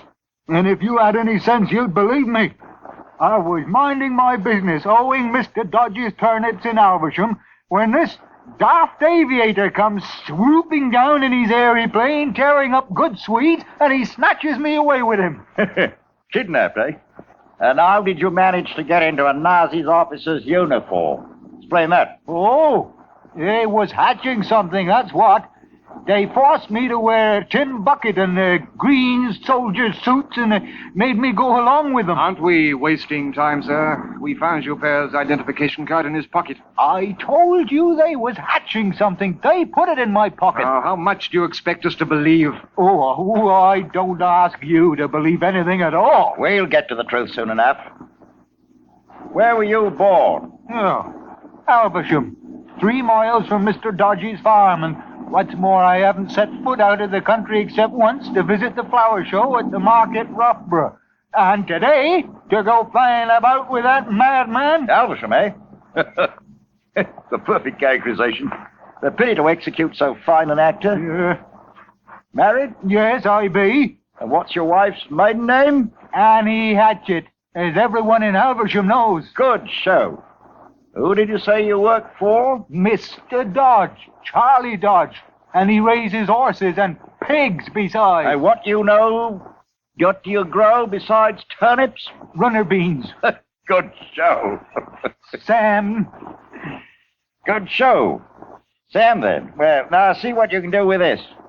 What's the name of the local vicar? You don't know, do you? Oh, I know well enough. But mentioning him set me thinking that I promised the vicar a pot of beans, which I never did bring. Ooh, and what's worse, I ain't been to church in over a month of Sunday. Maybe that's why the Almighty's placed my life in the hands of a pair of silly gaffers like the both of you. But you haven't told us who's the vicar's name, you know. It's the Reverend David Price, and a fine man he is. David Price? Wait a minute. I know a Reverend Price. He baptized my niece's cousin. What does he look like? Yeah, you're another one that's gone a bit loony, ain't you? Just answer the question. Well, if you know the Reverend, I don't have to tell you. He's got a mole on the left side of his face with a hair growing out of it. And his nose is crooked where a horse kicked him when he was 4 years old. By heavens, he's right. The same man. Well, what does that prove, sir? He might have met the man once. And he might not be Paul Joubert after all. Now you're getting some sense at last. And if it's this Paul you're after, well, I might be able to tell you where he's at. Where, old man? He was a gardener somewhere. Don't rightly remember. I couldn't make out much of what they were saying. No fear. Afraid we might be able to check up on it, eh? Oh, it's coming to me. There's some convent near the army headquarters in Paris.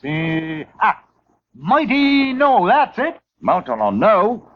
The convent St. Eloise, Mountain on O? Colonel, send a code message to Paris and order them to arrest the gardener immediately. Yes, sir. And report back as soon as you hear anything. Mr. Gates, you come along with me.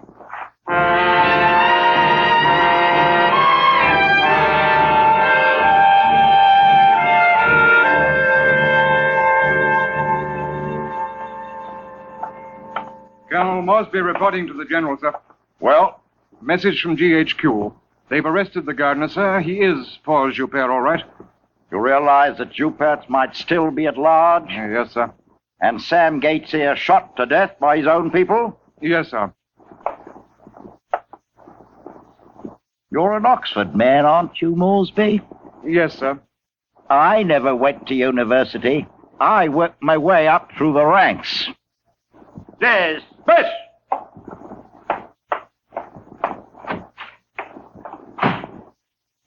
Mr. Gates, my apologies. Paul Joubert is under arrest, and your honor is vindicated. Well, you'd have done better to listen to me in the first place. I certainly would, Sam. But you'll hear more of this. The king is certain to award you the Victoria Cross or something of that sort. Now, in the meantime, What can I do for you? Well, I want to get back home. That can be arranged. Yeah, but I'd like to get home at tea time. What time's that? Well, 5 o'clock or thereabouts. Wait a minute. Yes, sir. Ring up Wing Commander Jennings, RAF headquarters. Yes, sir.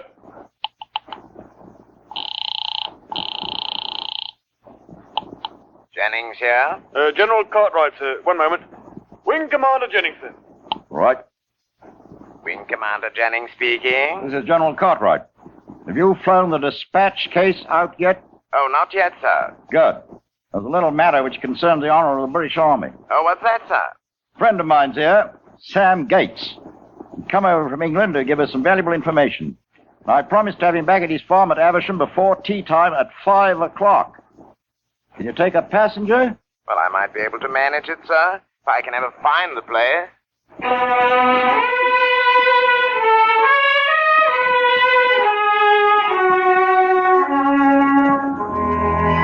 At a few minutes before 5, Wing Commander Jennings landed his light plane on Mr. Dodge's farm, being very careful to tear up as few turnips as possible. The commander shook hands with Sam and flew inland. The old man watched him and went slowly along and completed a line of turnips he had begun in the morning, as he watched for his niece Aggie to arrive with his parcel of food.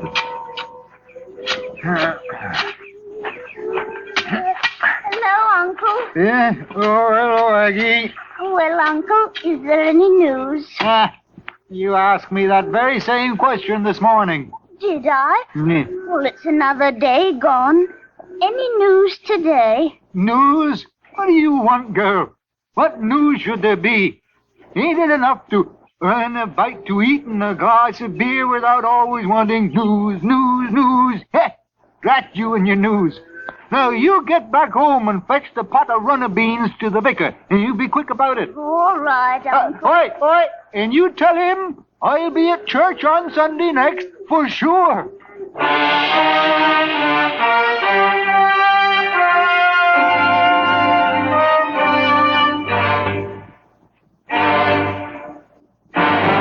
Under the direction of Anthony Ellis, Escape has brought you A Source of Irritation by Stacy Ammonier, adapted by Meyer Dolinsky, and starring Ben Wright as Sam. Featured in the cast were Hy Averback, Paul Frees, Jack Crucian, Charlie Lung, Betty Harford, John Dodsworth, Alec Harford, Richard Peel, and Ramsey Hill. The special music for Escape is composed and conducted by Leith Stevens. Next week. You're in the suffocating depths of a jungle, listening to the words of your companion, while the native people, seemingly friendly and quiet, are awaiting the moment to strike, which, when they do, will mean a fate from which there is no escape. So listen next week when Escape brings you Somerset Maugham's exciting story, The Outstation.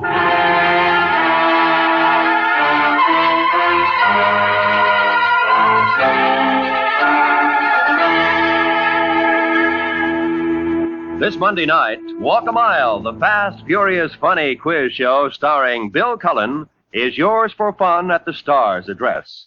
Be listening every Monday as Walk a Mile struts its stuff on most of these same CBS radio stations to make it an eventful evening, side by side with Arthur Godfrey's Talent Scouts and crime classics.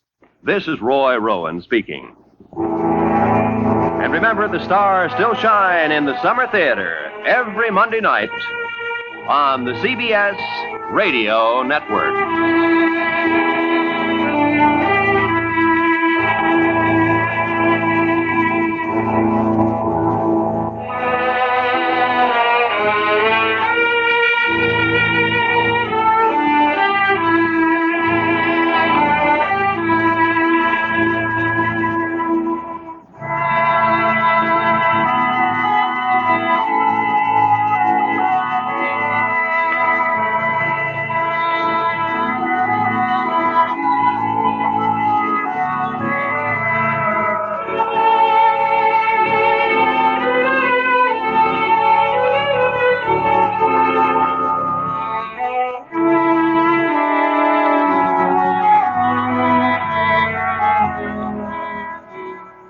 Ben Wright, a delightful dramatic actor, also with very good dialect work.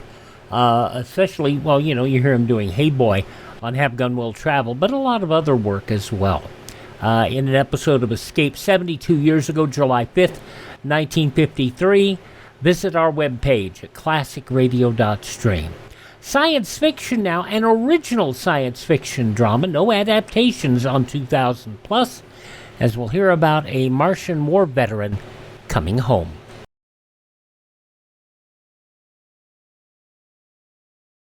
Picture the most extravagant vacation imaginable. Then picture yourself going on that vacation. Sounds like a daydream? Well, it isn't. It's completely possible. But it does take a bit of planning, such as the regular purchase of United States savings bonds. Now, the best way to do that is through the payroll savings plan. That's the best way because it's the sure way to buy your savings bonds regularly. The payroll savings plan works like a charm because it's completely automatic. Your employer does everything for you. It's especially easy on you because money is saved from your paychecks before you have a chance to miss it. And when those bonds mature, you can pack your bags for that extravagant vacation because United States savings bonds pay back $4 for every $3 you put in. Join the payroll savings plan where you work. That's the way to save money regularly. Earn extra money regularly through United States savings bonds. The Mutual Science Fiction Program 2000 Plus did not do adaptations. All of their works were original, and you could tell. Many of them were exceptional, many were quite good, some, but by and large, they had a quality that you didn't get from the others, particularly with unusual stories. And that's what you'll hear in this episode from July 5th, 1950. A lot of people dealing with people coming home from World War II, fresh in their memories a few years earlier. Now had a story dealing with a veteran coming home to their family after fighting the Martian wars. Story of a soldier and a war beyond the moon. A GI in the years beyond 2000 plus. 2000 plus. Science fiction adventures from the world of tomorrow, the years beyond 2000 AD. 2000 Plus presents A Veteran Comes Home.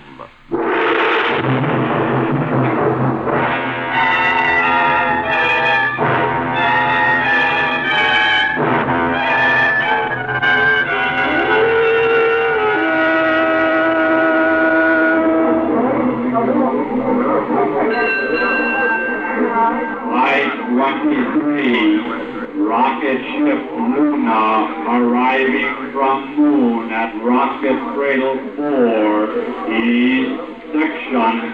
Mommy, is that it? Is that the one with Daddy on it? Billy, I told you before, Daddy's spaceship arrived here several hours ago. The spaceship from Mars has been here since 11 o'clock. Then where is he? Why don't I see my Daddy? Because, darling, all the soldiers have to go through quarantine and army regulations and all sorts of things. Boy, my Daddy's a space soldier. I'll bet he had all sorts of adventures. I'll bet he had... Attention, please. Quiet, Billy. Listen. All relatives of military personnel of rocket ship Militant, Flight 82 from Mars, holding blue cards, report to Gate 5. Oh, Billy, that's us. The soldiers are going to come out in a few minutes. Come on, darling, come on. Will he know me, Mama? Will Dad know me? Will I know him? Watch where you're walking, Billy. Of course he'll know you, dear. He'll see me first, and then he'll see you. All I ever saw was his picture. Stand by that rope, Billy. We can see Gate 5 from here. Boy, he'll tell me all about the war on Mars. Oh, Billy, it's so good to have him back. 5 years. 5 long years. Can I see the spaceship later, huh, Mom? Later, maybe? Relatives of military personnel of Spaceship Militant, please do not cross the white line. They're starting to come out now. Oh, look! That man there in the white uniform. He's an atomic gunner. My picture book tells all about them. 11 weeks on a spaceship getting to Mars. 11 weeks coming back to Earth. and more than 4 years fighting on Mars. 5 years. Billy, stand back. Don't cross the white line. Flight 7, rocket ship Traitor from Earth to Moon will blast off in 8 minutes from Rocket Trail 9, West Section. Clear area. Clear area. Over there, look, Mommy, a band. They're going to play music. They're welcoming the soldiers home, Billy. The first soldiers home from the war on Mars. More soldiers are coming out, Mommy. Oh, Billy, I'm so excited. Do you see him yet? Hey, Mom, that's a Rocketeer with a green uniform. Oh, boy, he shoots rocket guns. I don't see him yet. So many men, so many. Can I have a drink of water, Mama? I'm thirsty. I don't see him yet. I still don't see him. I want a drink. Billy, not now. Oh, look, I think that's Daddy. No, it's not. Oh, Michael, where are you? I'm going to show my daddy my toy gun. We'll play Space Soldier together. We'll have fun. Billy, I see him. I see your daddy. Where? Which one is he? Wave to him, Billy. He's looking around to see if we're here. In the yellow uniform, over there. Michael, darling, here we are, Michael. He sees us, Mommy. He's running to us. He's pushing the other people away. Oh, he looks so wonderful. But tired. Michael! Mommy, why are you crying? Because he's come home, dear. Michael's come home. Hey, Dad, here we are. You! Hey, Daddy! Here he comes. Oh, Michael! Mary, darling. Oh, so long since I've held you. But, Michael, you've got to meet your son. Hello, son. Hello? Well, is that all you've got to say to your daddy? Oh, he doesn't have to say anything. Just let me look at him. Oh, you've got forever to do that now, darling. Because you're home. Our soldier has come home.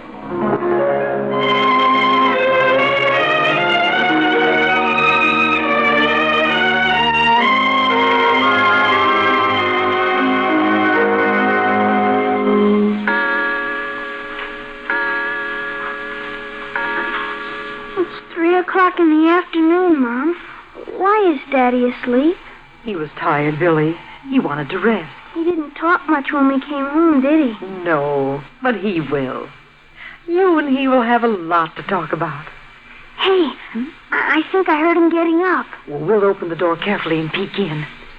Now be quiet in case he's still asleep. It's all right. I'm awake. Oh, well, you slept 2 hours. I haven't been asleep. I'm just lying here. Is something wrong, Michael? Do you feel all right? Oh, sure. Just can't get used to being home. I'll make a snack for you. Billy, now you can talk to your father. Come here, son. Sit on the bed. Okay, Dad. I'll call you when everything's ready. What do you want to tell me, Billy? I don't know. But your mother said... Well, do you like me? Well, of course I like you. Will you play with me? Well, I'm a little tired, son, but I guess it can be arranged. What do you want to play? Soldiers, space soldiers. You're a soldier and Play all something else. You don't like me. Just play something else, that's all. All the kids think it's swell my dad's a space soldier. Nobody else in my gang has a dad who's gone to Mars. I told him when my dad came home, he'd show me how to play real soldier, and we'd have Stop fights. talking about it. Yes, sir. Don't say yes, sir, to me. I don't ever want to hear you say that. Now, stop crying. Men aren't supposed to cry. Space soldiers. For 200 years, the world hasn't had a war. For 200 years, the human race finally got peace. federated world in the years after 2000. Science flourishes, civilization grows. Then we learn how to travel in outer space. First the moon for scientific observations. Then we go on to other planets. Mars. The one planet we know is capable of sustaining human life. And all the 200 years of peace gets rotted away because the Earth wants to explore Mars and the Martians object. New worlds to conquer. We're the Columbuses of 2000 plus. And the interplanetary war begins. We have to fight for every canal, every inch on Mars. Well, I don't want any son of mine thinking it's so great. I hate it. Hate it. I was gonna play space soldier with... Space soldier? What do they do? Fill you full of the romance of Mars, the mysteries of the unknown? How can you or anybody on this particular world know what it's like in that unhuman place called Mars? Play, space soldier, play. I remember the patrol. Patrol into the red grass. Blades sharp as swords and covered with that sickening ooze of the Martian vegetation. We went on patrol, 14 of us. I was the patrol leader.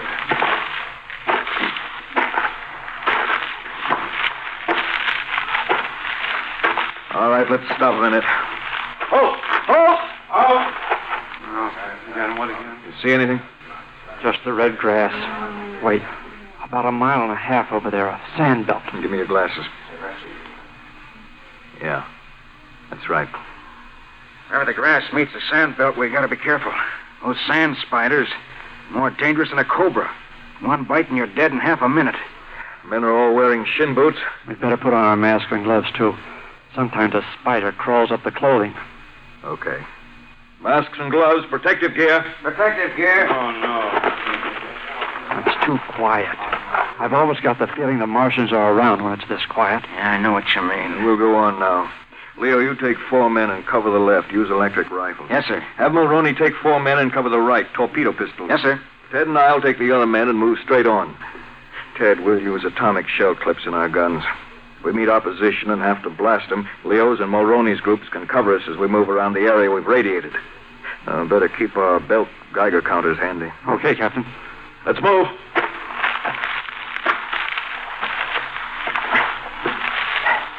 This slime from the grass sticks to everything.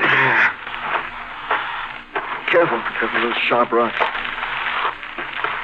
There certainly aren't any Martians on that sand belt, or we'd see them. If they're around here at all, they're between us and the sand belt, hiding in this red grass.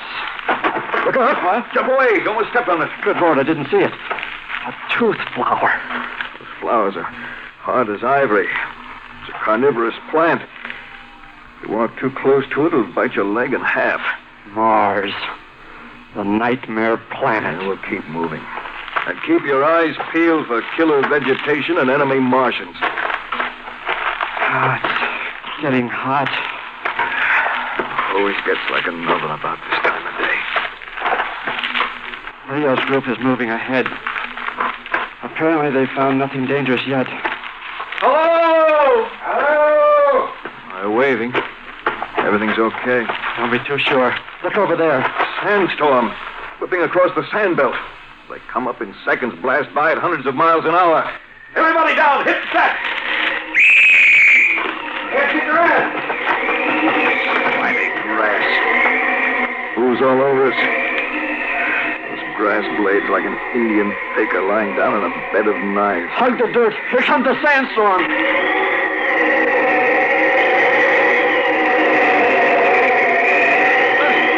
200 miles an hour! Can't hear you! Sand! Like bullets! Can't see! Air's filled with red dust! It's going down! The storm's going down! Wait a few seconds. All right. Get up. Good. 7, 8, 9, 10, 11, 12. 12. 2 men missing. Here comes Leo. Careful. 2 men, Davis and Mark. What happened? Are dead, sir. Wind tore Davis' jacket. A sand spider bit him. Wind carried a swarm of them into the grass. What about Martin? Don't know what caused it, but he's dead all right. Come on. Let's take a look.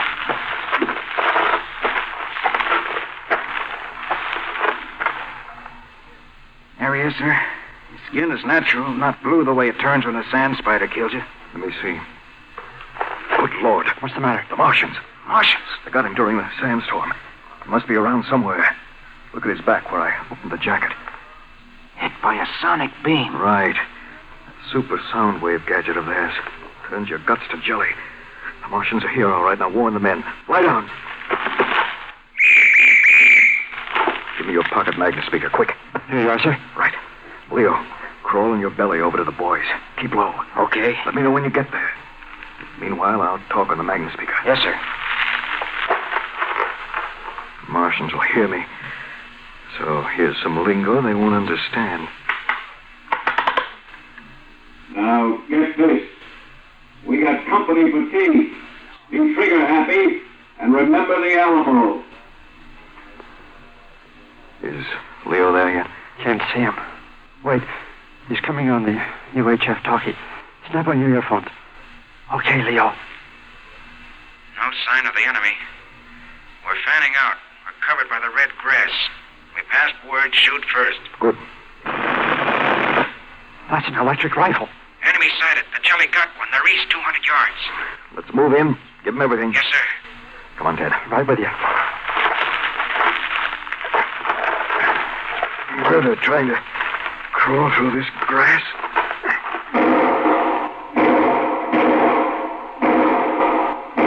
Torpedo pistols. Our own group has made contact. Leo. Leo? Yeah? Whoever reaches 100 yards, throw atomic grenades. Right. The Martians haven't returned any fire yet. They're probably waiting till we get closer. And they'll fan the area with that sonic beam of theirs. Shedlov's at 100 yards. He's throwing the cookies any second. Plug your ears. Check.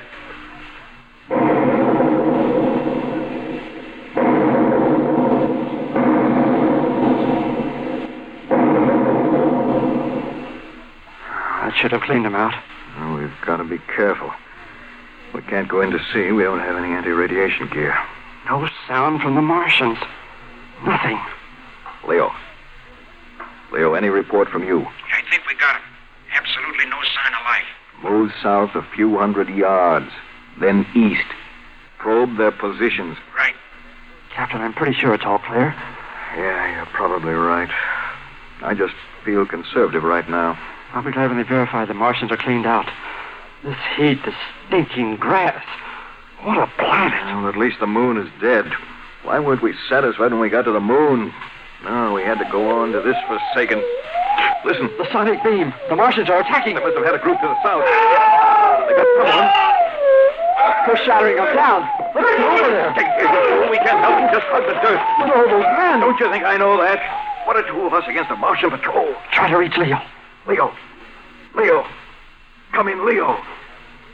No response. I gotta get over there. You're staying here. We've got to stay here and try to get out later. But Leo... Leo's my brother. My brother.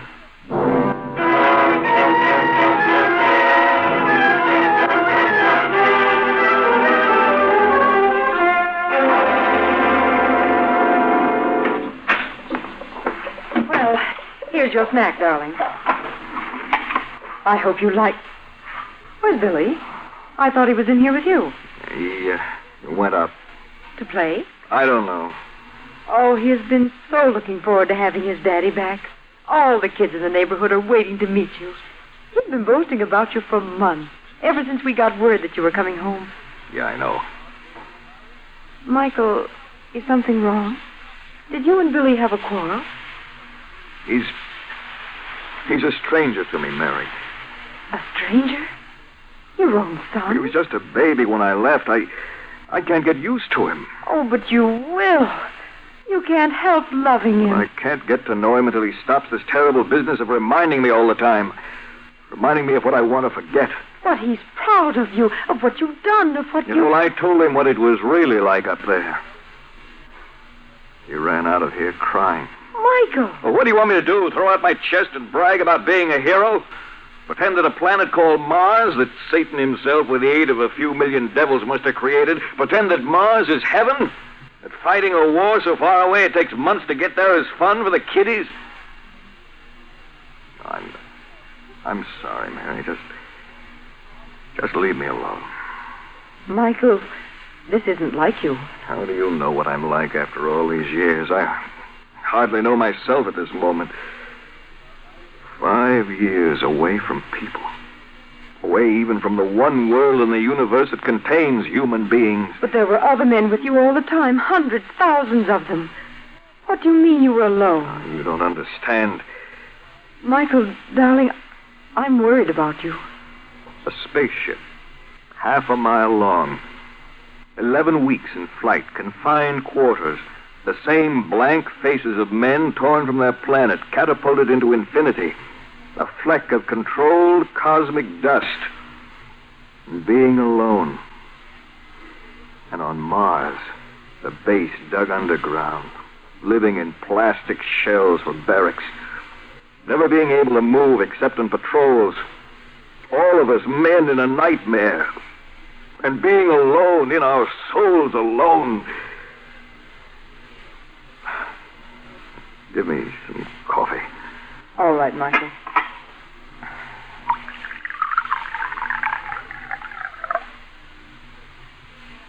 Here you are. Thanks. Michael, you're home now, and you're not alone anymore. It's good coffee. Tomorrow afternoon and evening, that is, Yes? I'm giving a party for you. At first I was going to have it a surprise for you, but I think you should know. I don't want a party. We've our families here, and all your old friends. They want to see you, Michael. Everyone's so happy you're home. Call it off. But, I don't want to see them. Can't you understand? I don't want to see them. Their smug hellos, their glad you're back chatter, their what's it like on another world and how's Mars, old man questions. They wouldn't understand the answers if I could somehow force myself to talk about it. But it won't be like that. They love you. They're happy that For the you're last back. time, no. Darling, you can't go on like this. Fighting the Martians in your memories and fighting the human beings who love you. For your sake, Michael, I am not going to call off the party. Everyone is coming just as I planned, and you've got to meet them and see for yourself. You've got to understand for yourself that you're home again, on Earth, and that you have a life to live once more. Do you mean that, Mary? I do, Michael, darling, I do. Because I love you. Well, I'm really a stranger in this house. Not really the head of it. Still alone. A barracks filled with chintz curtains of honor. Coffee. All right, Mary. Have your party. Without the guest of honor. Michael! Michael!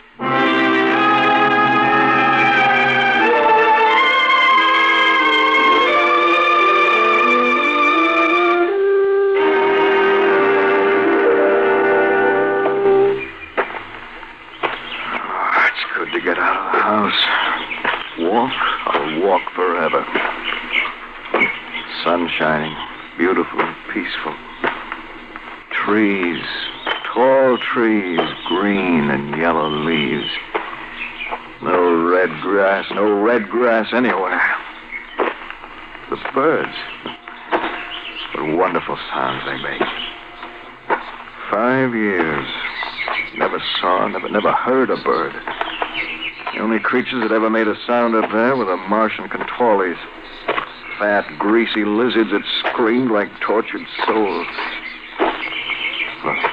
Look at those flowers. Blue, green, burnt orange, clean white. It's a sweet, glorious smell. to be alone. The grass was short, soft carpet like blades. A carpet of green, cool and gentle. I'll just sit on the grass. Lie on the grass and rest. Rest and think. Think. I remember when Ted and I got back to command post. The Martian sky was dark. Clouds up there never looked like these clouds. We hadn't spoken to each other for a long while. How we got away alive from the ambush, I'll never know. And now we were coming to the base, and the commander.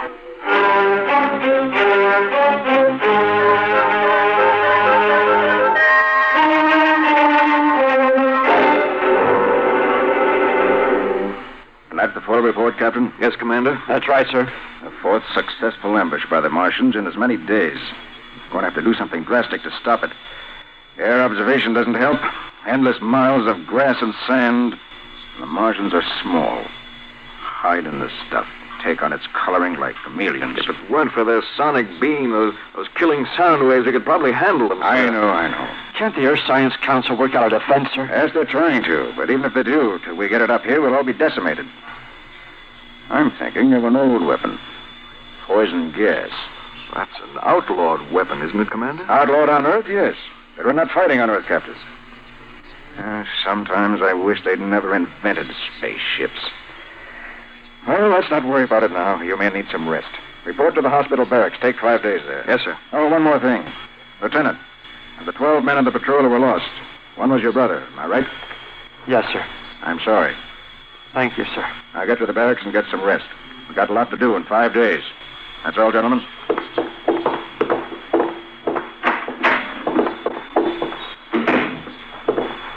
The commander is sorry. Now get to the barracks. Don't take it so hard, Ted. Well, why shouldn't I?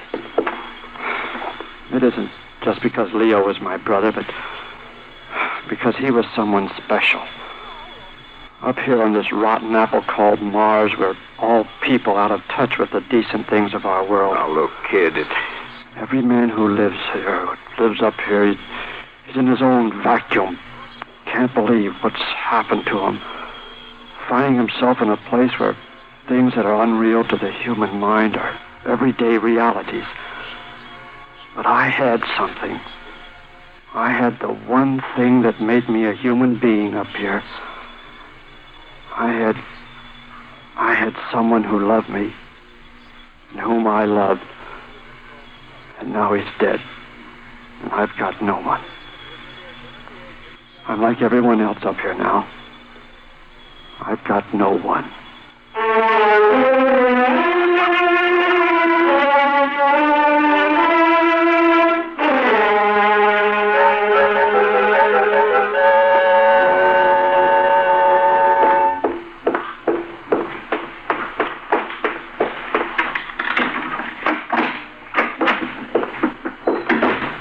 Mary?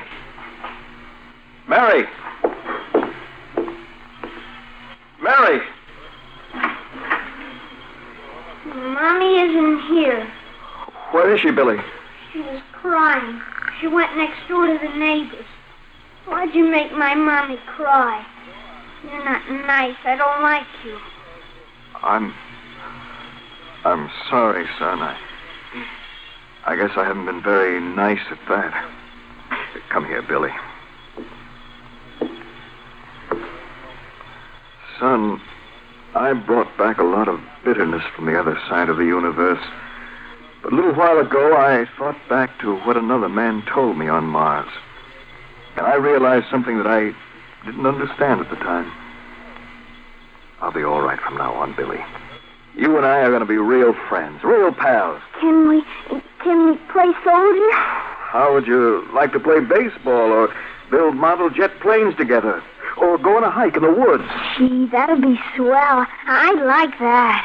You didn't care what you did with your dad, just so you did something with him, huh? Mm-hmm. And all you could think of was soldier, because that's what I did. Just proves how right Ted was. To be together and to love someone. That's what makes us human beings. Michael, Hello, Mary. Daddy and I are going to play baseball and have a hike and everything. Oh, Michael. Michael. It's all right now, darling. It's all right. Your soldiers come home.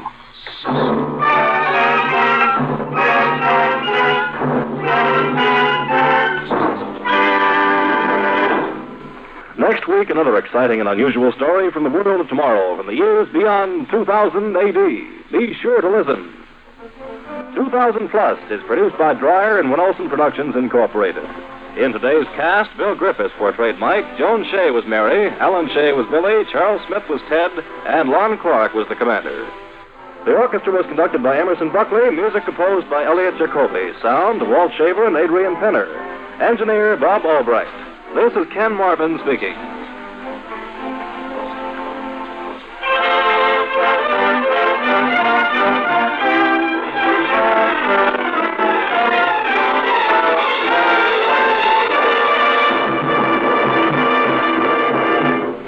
This program came from New York. 75 years ago, July 5th, 1950, 2000 Plus on Classic Radio Theater with Wyatt Cox. Coming next, James Cagney in a letter to Adolf Hitler.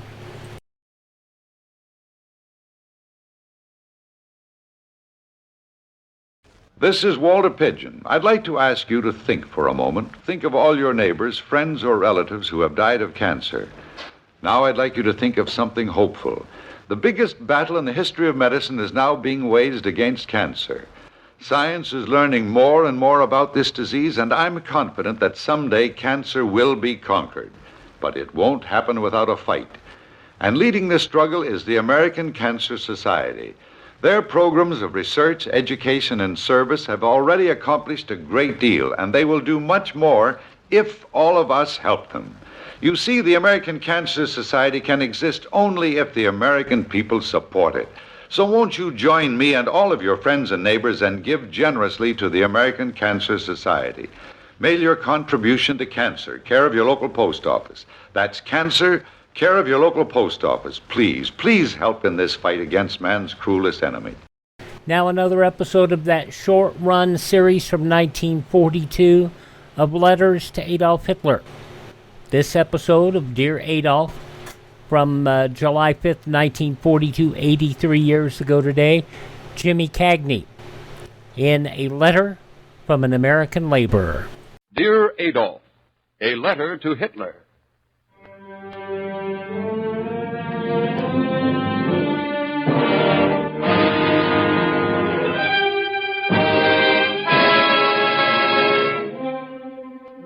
The National Broadcasting Company, in cooperation with the Council for Democracy, presents Dear Adolf, a series of 6 narrative letters written each week by Stephen Vincent Benet, one of the nation's greatest writers. These broadcasts are based upon actual letters written to Hitler by Americans. Today's program, the third of the series, presents James Cagney, distinguished actor of screen and radio, relating the views of an American laborer as he addresses a letter to Hitler.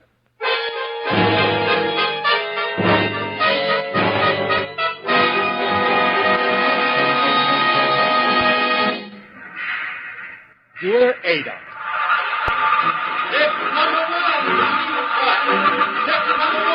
Dear Ada. Dear Adolf. Shift number 3, welding. Shift number 3. Dear Adolf, we're writing you a letter, and it isn't in fancy words. It's written around the clock by the working stiffs of America. The guys with grease on their faces who know what work means. It's written in steel and plastics, carborundum and tungsten, rivet buckets and drill templates, planes and guns. How about it, you guys at raw stores? Okay. Send it on to Adolf. How about it, sheet metal? Don't waste our time. We're busy. Send it on to Adolf. How about it, production, inspection, engineering? On to Adolf. Experimental, mental bench, finishing and plating. Got no time to gab. We're busy. Send it on to Adolf. How's it coming, final assembly? Can't you read the chart, you donkey? The figures keep climbing, don't they? Send them on to Adolf.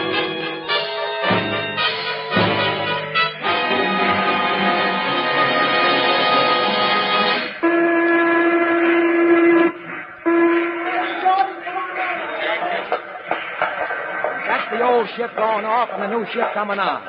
And 8 hours from now, that ship will go off and another one comes on. And 8 hours from then, same business. Because this is an American war plant, and it's making war. But that is impossible, my good man. You cannot make war. Your workers only work 40 hours a week. I have read it in your paper. Listen, Sap, don't give me that baloney. Sure, we got a 40-hour week, base pay. And wouldn't your sweated workers like to have one? But how much did you work last week in your plant, Jimmy? 52. How about you, Shorty? 48. Mike? I don't know how long I work this week till I got to pay check. Maybe 56 or 60. I know I work overtime because we got to rush the job, and if she's got to get rushed. 48, 52, 60. Well, why are you doing it? Got kids, raising them. I get paid for the overtime, don't I? So what? The old woman, she telling me she want to fix them up the house. She say, Mike, get her to let out of your pants and work on the roasted job. The house, she need to be fixed. Just what I suspected. Just what I've always said. Apathy, selfishness, greed. Eyes that never look beyond the paycheck. Labor asleep in the switch. Oh, dear. Don't you realize that while you get paid for overtime, our brave American boys are fighting and dying? You needn't tell us. We know. We got brothers in the Army and Navy. We got sons and nephews and guys that work at the same bench with us. We aren't spilling off about them, but we aren't forgetting them. We don't like the bunk and the oil and the big words. We don't like star-spangled orations that don't add up. But we know what we're doing, and we know what they're doing.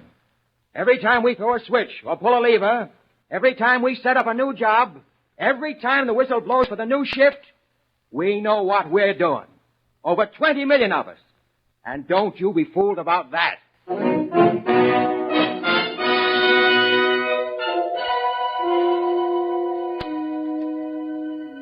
Say, did you ever sleep in what they call a hotbed, mister? A bed that never gets changed because as soon as you get out of it, the guy from shift 3 gets in?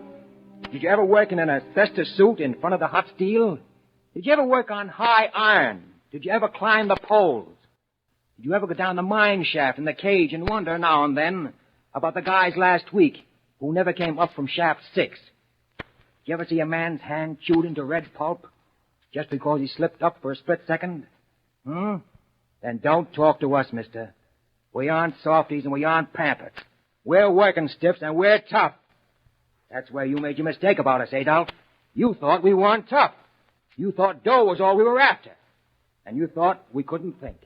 Well, we're thinking now, and we're thinking about this war. We aren't thinking about it in slogans, axe the axes and set the rising sun. I guess they're all right, as advertising. But we're thinking about it like this. I'm a mechanic. Live in Seattle. Guess I wasn't so sold on this war at first. No, not even on the need for victory.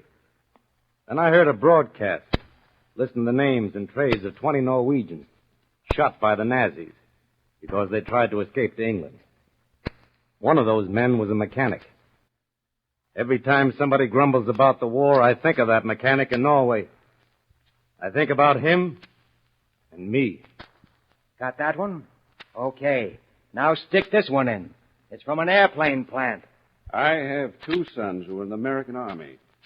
I don't want to see them fail for lack of equipment. And here's where we're turning out the stuff. Every time I complete my particular work on an airplane assembly, I speed it on the way to my sons.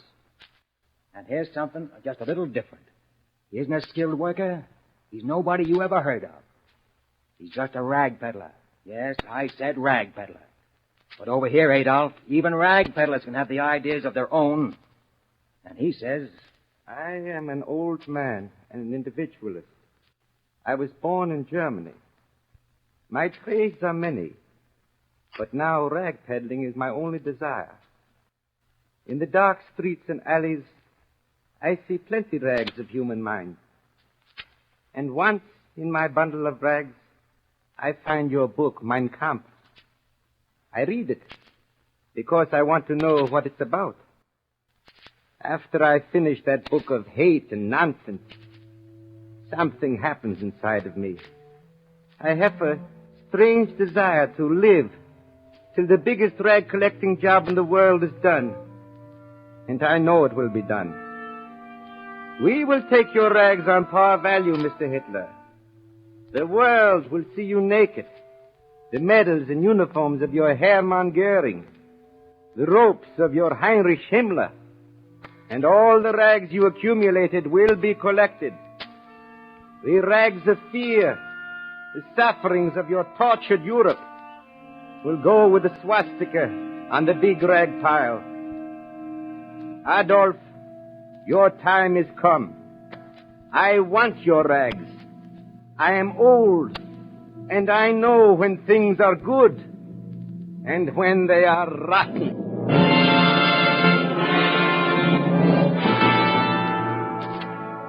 And now, back to another war plant and another workman. I've been buying war bonds with every spare dollar. I've been working on my war job with every ounce of strength. And let me tell you this, Hitler won't win while the boys in Plant 4 keep working. Got it, Adolf? That's us. More than 20 million workers. 11 million union members all over the USA. Yes, I'm talking about unions. I'm talking about CIO and AFL. I'm talking about every union man in this country. Because we know what you do to unions, Adolf. You don't fight them and you don't debate with them. You wipe them out, hide and hair. Over here, a union button's a union button.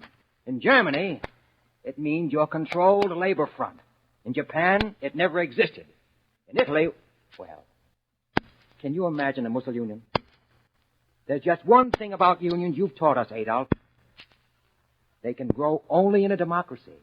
They can grow only on free soil. They can't grow inside your new order.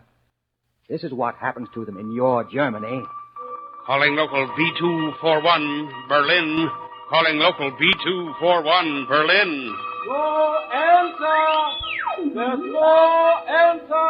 No answer from any local! No answer! Address unknown! All patriotic workers are now members of the Labor Front.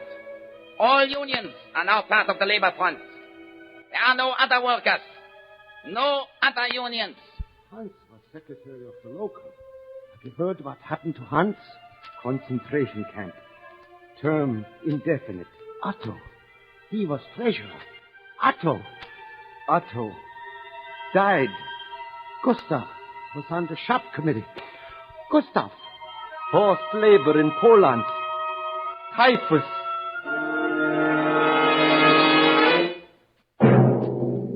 That's the way it is in your country, Adolf, and in the countries you've conquered. That's the way it isn't going to be here. 11 million union men are against you, Adolf. Day shift or night shift or middle shift. They're against you, and they're going to get you. And that doesn't go just for the unions. It goes for all labor. Let me tell you just one little story, Adolf. When Chrysler built its first tank plant. You don't get balmy weather in Michigan in the winter. But the guys on the job gave up holidays and weekends to stand in slush knee-deep, pouring 51,000 tons of concrete. It snowed and they blew on their fingers and put up 6,500 tons of steel in 70 days. And that was a year before Pearl Harbor. Well, what do you suppose those guys are doing now? Picking buttercups? They did it for overtime pay? Well, let's see your labor front match it. And confidentially, Adolf, it wasn't all for the overtime. Distressing. Racketeers, labor czars, corruption, intimidation. Horrible, awful, distressing, scandalous. Yeah, we hear you too. We hear the voices that make for division. We hear the voices of those who would set class against class, whites against Negroes, Christians against Jews. And we know they're playing Adolf's game, and we're on to them. We hear the voices of those, not many but a few, who would rather beat labor than Hitler, rather muscle in on labor than save the United States. And our answer to them, and you, is... Yes, that's coarse. It isn't refined. I guess we're not very refined when we get mad, Adolf. And we're getting madder every day. The worse you make it, the madder we'll get. We know about the guys in those tankers that you've been sinking. They were working guys like us. We know about the guys who died on Bataan. A lot of them used to be working guys like us. There's a cap floating out on the Atlantic with a Union button on it. There's a kid who was a smart mechanic. But he won't come back for his toolkit since the Japanese sniper got him. Well, they were us, and we're them. There's no cockeyed labor front in this country. There's no Gestapo pushing us around. We've adjourned the big strikes for the duration. We're doing that freely. We're giving up extras and working overtime. We're doing that freely. We're back of the president and back of the government. And we're sending you a letter 20 million workers long. It's written in steel and flame, in the planes that fly the oceans and the bombs that drop from the planes, in the ships that slide down the ways and the plants that work night and day, day and night. It's written in brains and muscles and skilled hands moving fast on the assembly line, in war bonds and war stamps and the sweat and grind of the shift. It's written in plain American, and it's signed, yours to blow you sky high. American labor.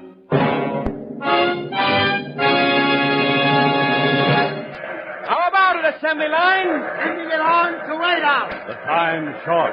How about it, production, maintenance, middle bench, center wings? Sending it on to radar. The time's passing.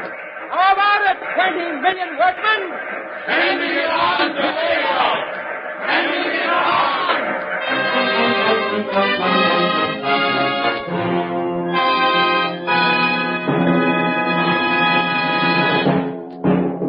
You have just heard Dear Adolphe, starring James Cagney, the third of a series of 6 narrative letters written each week by Stephen Vincent Benet, presented by the National Broadcasting Company in cooperation with the Council for Democracy.